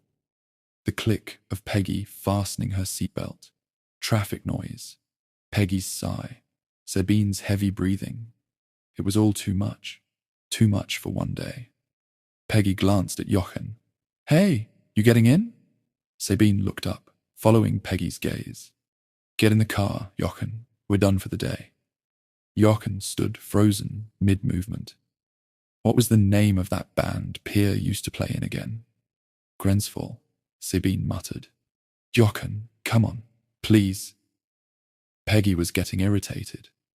"When's the last time we went to a concert?" Jochen asked. "It's been a while." Peggy sighed impatiently. The Cure, or Sisters, some youth idol that's outlived themselves. How about we go out and party a little tonight? He leaned down into the car, grinning wide. Dosenhammer and Zenzierte, Philologen, are playing at the SO. Jochen, deal with your midlife crisis on your own, okay? Sabine closed her eyes, fighting the urge to break down in tears. Shame. Jochen dropped into the driver's seat. Guess I'll have to see Grensfall on my own then. Sabine's eyes shot open. Peggy stared at Jochen, mouth open. "How did you—" "Rally," Jochen laughed. "From Rally," he answered her question. Sabine squinted at the back spanny. Barely visible, a poster plastered on the window, lit indirectly by the kebab shop next door. "You've got damn good eyesight for someone who's spent half his life painting little figurines in a basement," Peggy crowed, pulling Jochen toward her and planting a big kiss on his cheek. "Implants," Jochen joked. "Had a voucher at Omni Consumer Products. The So 36 wasn't just a club. It was a legend. A melting pot where generations of punks, skins, post-punks, leftist burnouts, anarchists, and lost souls had collided. It was loud. It was filthy. It was Berlin. And now, after all these years, they stood before it again." Peggy inhaled deeply. A mix of spilled beer, cold cigarette smoke, and piss. She'd forgotten how this place smelled. "Christ, it's just like back in the day." Jochen laughed. "Nah, back then we were drunk. It bothered us less." Outside the club, the mold punks lingered. Long-time regulars without cash. Some sat on the ground, others leaned against the walls. A guy in a tattered leather jacket, who'd been nursing the same beer for hours, eyed them up.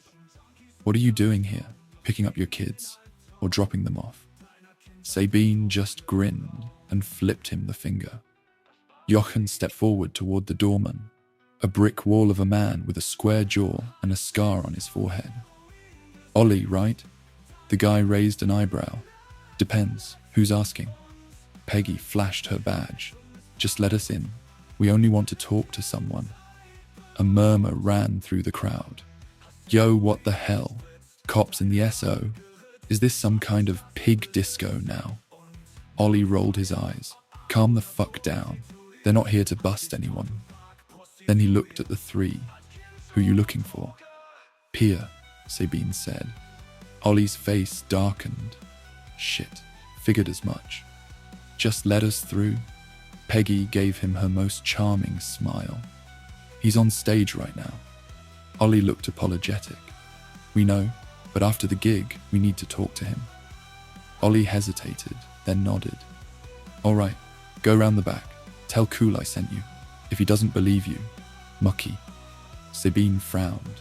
"Mucky. Password. Cool knows it. That way he'll know you're not some undercover snitches." They pushed down the narrow alley behind the club. Garbage bags, broken bottles, graffiti covering every wall. The sound of Grensfall thundered from inside, the bass rattling their rib cages. At the back door stood a giant in a red bomber jacket, bald head, body language like a brick wall. "What do you want?" "Cooler, right?" Sabine took the lead. "Depends. Who's asking?" "Ollie sent us. Mookie." Kula's face lit up. Well, fuck me. You're legit. What do you want? Pia. Sabine's tone was flat. Kula gave them a once-over, then opened the door. All right, get in, but make it quick. The kid's having a hard time. Inside was a furnace. The mosh pit raged in front of the stage. Sweat, beer, and heat seemed to evaporate into the air. Behind the stage was only slightly calmer, a jumble of cables, crates, and tension. Grensfall were mid-set. Pia, a wiry guy with short blonde hair, stood at the mic. His voice was raw, but brimming with emotion. And now, you assholes, a new song. This one's for everyone who's got nowhere left to go. The first chords of Wohin Wir Gehen hit. Sabine felt a wave of nostalgia crash over her. Damn, that's good. The rough guitar, the cheap drum kit, the battered gear. It was like sandpaper stripping months of shit off her skin. A cleansing. Jochen nodded. Clears the head. Peggy crossed her arms. So that's him. Kula stood beside them, yelling over the noise. Pia's screaming his guts out right now. You know why, yeah? Yeah, that's why we're here, Sabine shouted back. The song ended. The crowd erupted in cheers. Pia swigged from a beer bottle, wiped the sweat from his brow, and stepped off the tiny stage. Sabine took a deep breath. All right, he'll be down in a minute, Kula bellowed, louder than necessary. Jochen nodded. Time to get some answers. Chapter 13. Pia sat on an upturned beer crate, eyes down. The high from the show had drained away. His shoulders sagged. Sweat trickled down his forehead, and his hands trembled slightly. So, you're cops? Peggy nodded. Yeah, but not the kind that's going to grind your face into the dirt. We just want to know what happened to Kathi. He took a deep breath. Shit, man. I still can't believe it. Sabine sat down on a beer crate beside him. We know she meant a lot to you. Pia let out a bitter laugh. Meant I was trying to save her life. Tell us about her, Peggy said softly. He ran both hands over his face, searching for words. Kathi was different. When I met her, she was like a raw egg. No idea how she even survived on the streets by herself. I mean, yeah, she knew how to fuck and how to shoot up, but she knew nothing about the world, nothing at all. Sabine and Peggy exchanged a glance. She was locked up for a long time, wasn't she? Sabine asked. Pia nodded slowly. Yeah, told me once. I kept pressing her to tell me where she came from. All she ever said was she grew up in hell. Her father, Christ, man, she said he kept her like a dog, locked her up in a basement with one, and that he fell silent. That he did things to her, Peggy asked quietly. Pia nodded. I wanted to get her out, begged her to run away with me, but she was already too far gone. She always told me there was no way out anyway, that it was her fate. Sabine leaned forward. Dido's lament. Pia looked at her, startled. The song, her tattoo, the text from the opera. That was her only CD, wasn't it? Peggy pressed. He nodded slowly. Yeah, she'd sing that same part over and over. When I'm laid in earth, may my wrongs create no trouble in thy breast. Remember me, but forget my fate. His voice almost broke as he repeated the lines. She said she didn't want to be a burden to anyone, that no one should mourn her, and that her fate was sealed. Silence settled over them for a moment. Sabine clenched her fists. She was broken, from the very start. Peggy raked a hand through her hair, and when she finally got free, Pia slammed his fist into the crate. God damn it, I could have gotten her out. Sabine put a hand on his shoulder. You did everything you could, but we can't save her anymore. All we can do is get her justice. Pia looked at her, then nodded slowly. Manteufelstrasse, 64. That's where she mostly stayed, at Matz's. Peggy raised an eyebrow. Yeah, that junkie fuck. He'd take her in when she had nowhere else to go, but I never trusted him. Always told her to stay away. Sabine nodded. Then we know where we're going next. She stood, handed Pierre a card. If you remember anything at all, call me. He took it hesitantly. Find that bastard, please. Peggy looked him dead in the eye. I promise you. Outside, Ollie and Cool were waiting. Cool slapped Sabine on the back so hard she almost stumbled forward. Man, it was cool having you here. We need more cops like you. Sabine laughed. I'll take that as a compliment. Peggy held up the keys. Come on, Mats is waiting. They got into the car. As Peggy drove, Sabine stared out the window. One single CD, she murmured. Jochen, riding shotgun, turned toward her. What? She only had one CD, her whole life. And it was that song. Peggy snorted. Of course she thought that way. If that's all you hear your whole life. Sabine nodded slowly. She knew she was going to die. She accepted it. But she wanted to be remembered. We remember, Jochen said quietly. I'll never forget this. The car rolled through dark streets.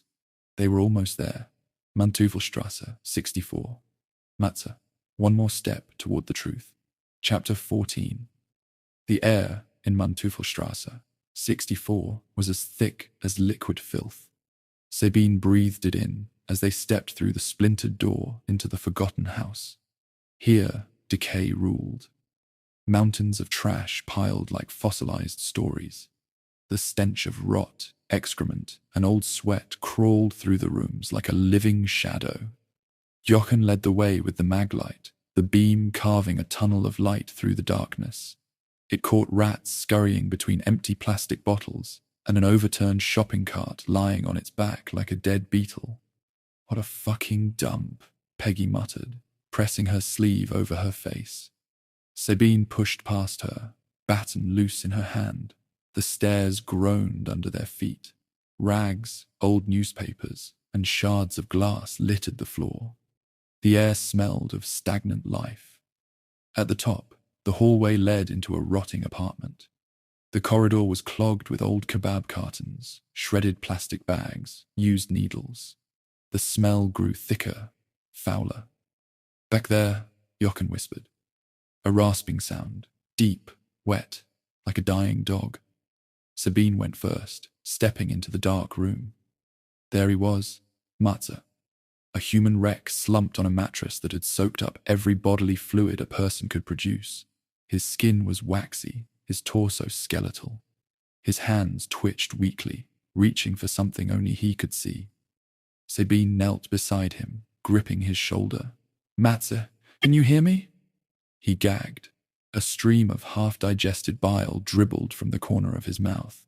Shit, he's going on us, Jochen said, already calling for an ambulance. Sabine rolled Matze into the recovery position, patting his back. He wheezed, eyes rolling white. Stay with me, you bastard, she growled, wiping spit from her hand.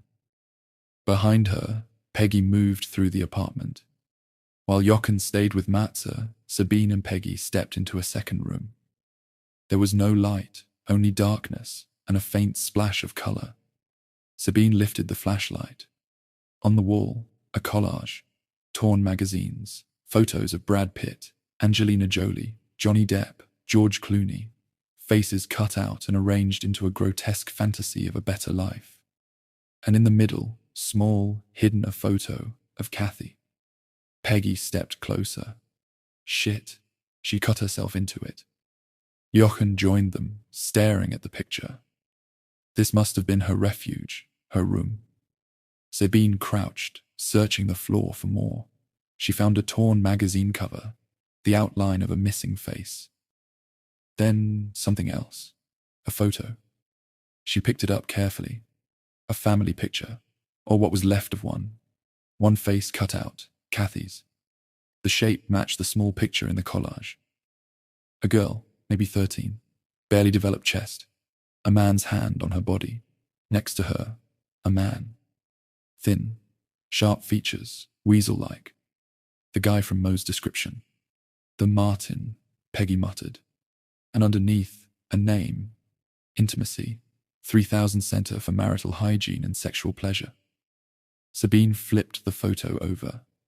On the back, in scrawled handwriting, Daddy always loved you. Sabine felt her stomach knot. Peggy stepped back as if kicked in the gut. They did that to their own daughter. Sabine nodded slowly. We've got him. She pulled out her phone, calling Central. Criminal Police, M5, Kempowski. Do you know the shop Intimacy 3000 on Kurfürstenstrasse? The voice on the other end was bored. Yeah, it's a sex shop, owned by a Sandro Stegemann. Peggy stared at her. Address, Kurfürstenstrasse 269. He and his wife Melanie live there. Sabine clenched her jaw. Anything else? Anything suspicious? Nope, they registered here in 99, moved from Nauen. Sabine froze. Nauen. Yeah, and, wait a second, they filed a missing person report in 97. Their daughter. Operation Katharina was closed in 2001. Kathi S. Katharina Stegemann. Sabine's heart raced. Thanks. She hung up and called the Labo, Berlin's licensing office. Labo Berlin, how can I help? Criminal Police, M5, Kempowski. I need all vehicle info for Sandro and Melanie Stegemann. Do they own a mid-90s station wagon? Typing. Then, yes, Ford Focus, plate BSS 999. They have a registered dog? Yes, a retriever. Sabine clenched her fist. Thank you. She looked at Peggy and Jochen. It's the parents. Her own family destroyed her. Peggy shook her head, and then they let her die. Sabine called Bernd. Sabine, what's up? We've got them. What? Sandro and Melanie Stegemann, Kurfürstenstrasse 269, their own daughter. Silence. Then, fuck me. We need a team, full throttle. Shit, okay, but we don't have a warrant. Bernd, if we wait, they'll vanish. Scout the place. I'll get the DA on it. Sabine snapped the phone shut. Let's go. She knelt once more beside Matze, checking his breathing, brushed a hand over his face. Hang in there, Matze. Help's on the way. We're going to get those bastards. She stood, turned to leave, then paused. Thanks for looking out for Kathi. Chapter 15. Sabine, Peggy, and Jochen ran to the car. Jochen fired up the engine. The tires screeched as they tore into the night. Ahead lay Kurfürstenstrasse. And the Intimacy 3000. That's where the truth waited. Kurfürstenstrasse was dark and still as Sabine, Jochen, and Peggy made their way through the back courtyards. They stopped behind the building where Sandro and Melanie Stegemann lived. Above them, on the second floor, a light was on. Down below, it was dark. The Intimacy 3000 store was closed. A harsh, closed neon sign blinked lazily into the night. Sabine let her eyes roam the surroundings. Directly in front of them was a large dumpster. I hate it when we have to go through trash cans, Jochen muttered. Part of the job, Sabine said, flipping the lid open. A wet, sucking sound as the plastic lid lifted. A thick, dark liquid clung to the rim. Blood. Peggy sucked in a sharp breath. Sabine pulled a cotton swab from her jacket, took a sample, and sealed it carefully in a bag. Then she opened the bag underneath. A pale face stared back at her. Rita. Her body folded in on itself, skin not yet completely cold, the blood not fully clotted. Shit. Jochen stepped back, stomach rebelling. Peggy clenched her jaw. She knew where Kathi came from. Or the weasel got to her. Sabine pulled out her phone. Kempowski here. Berlin PD. We have another body. Rear courtyard. Intimacy 3000. Quick, but no sirens. We need backup. A garbled response. Copy. I'm going up, Peggy said, stepping to the drain pipe. Her heart pounded. She hated heights. but she was good at them.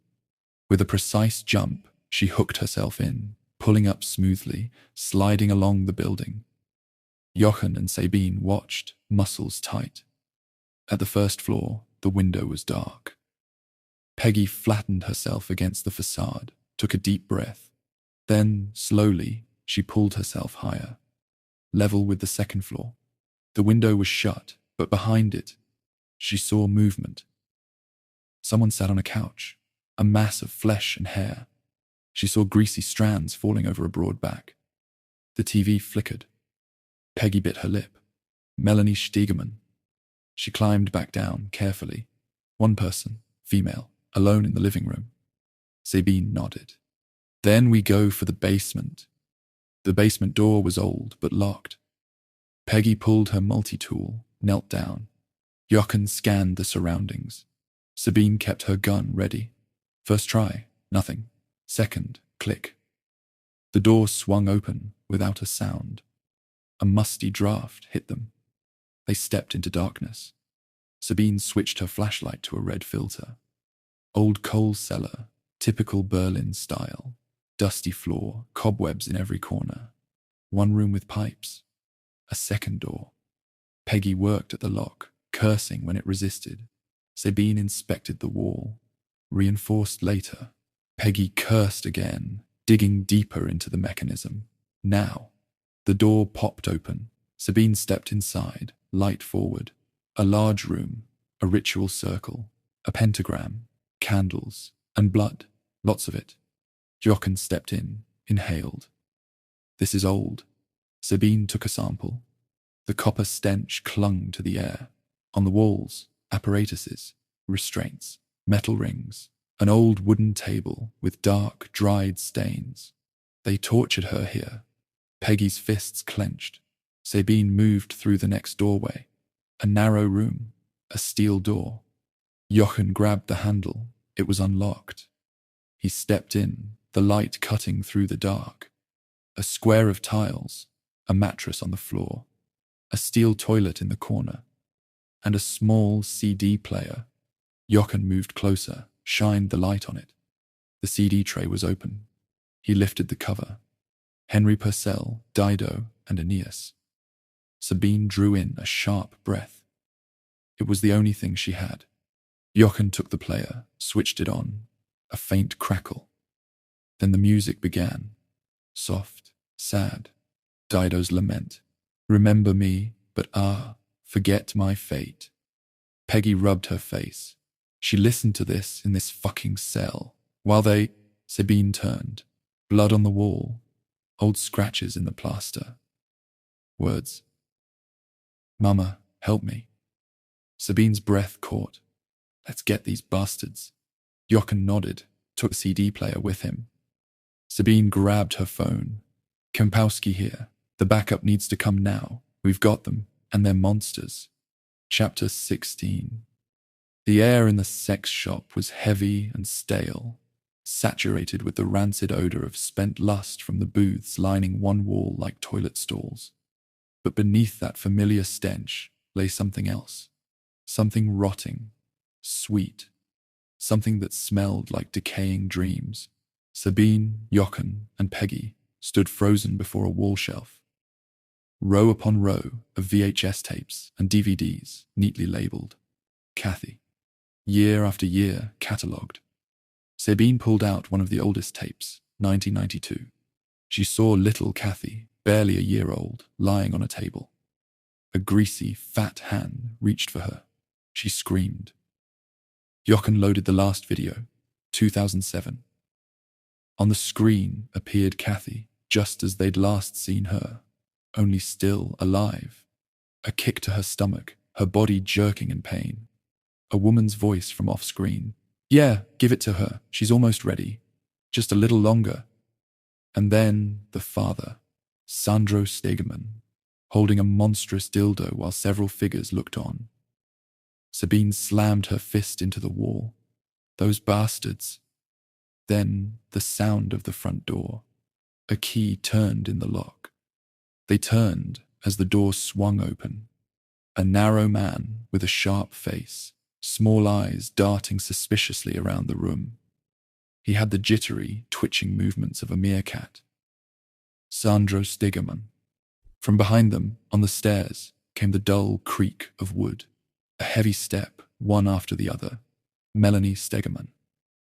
A bloated mass heaving itself downward, her face twisted in triumphant grin. Then it happened. He looked towards the intruders, trying to hide in the darkness. He stepped closer, head tilted. Sabine stepped from the shadows, Walter raised. Sandro Stegeman, criminal police, you are under arrest for the murder of Katerina Stegeman and Rita Jelinek. Sandro ducked behind a shelf, trembling there.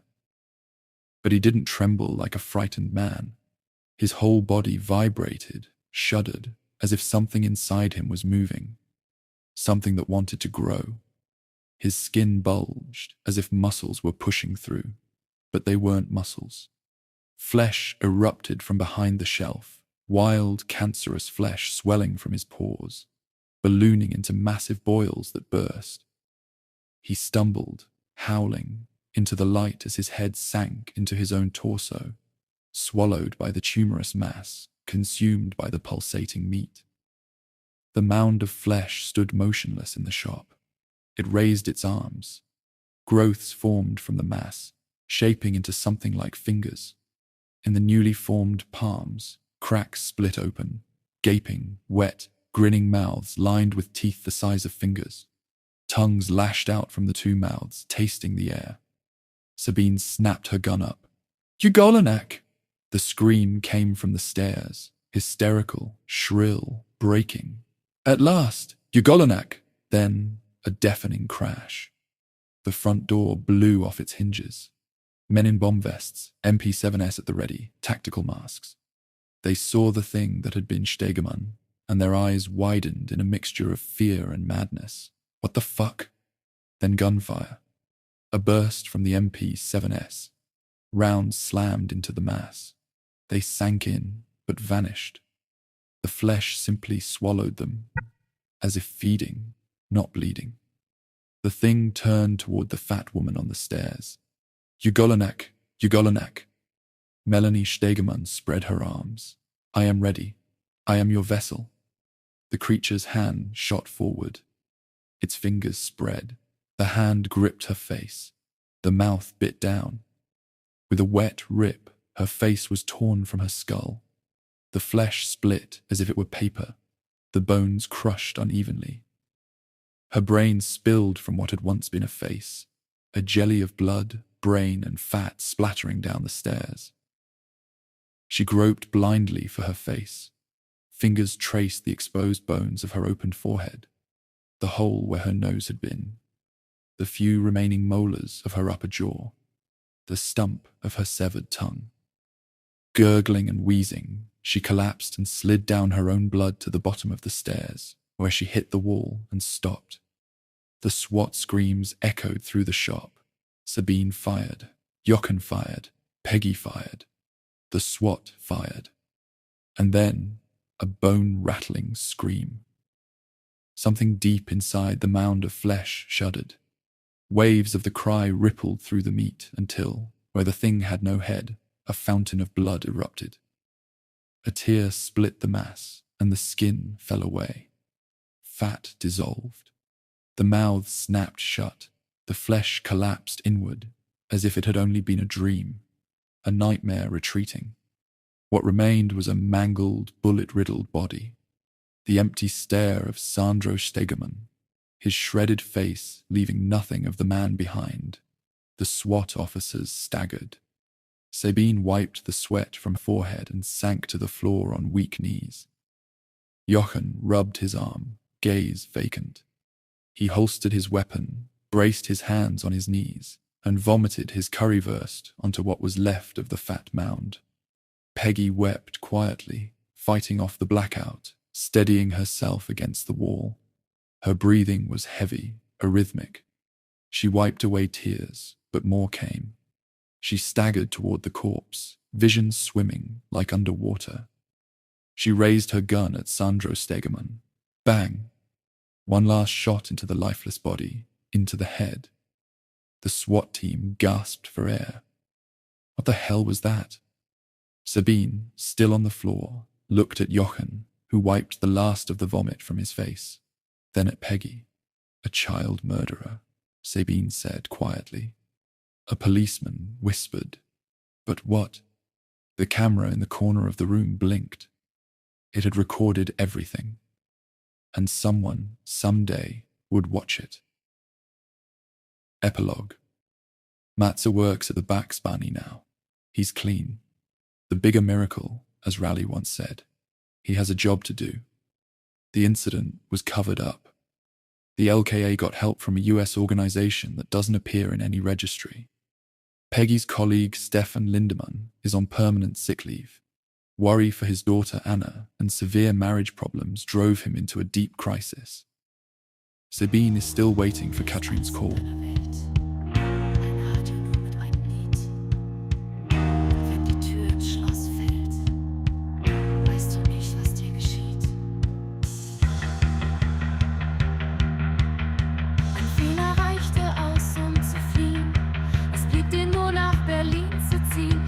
Junkies und Abschaum, doch gegen den Albtraum deiner Kindheit im dunklen Raum, das Paradies.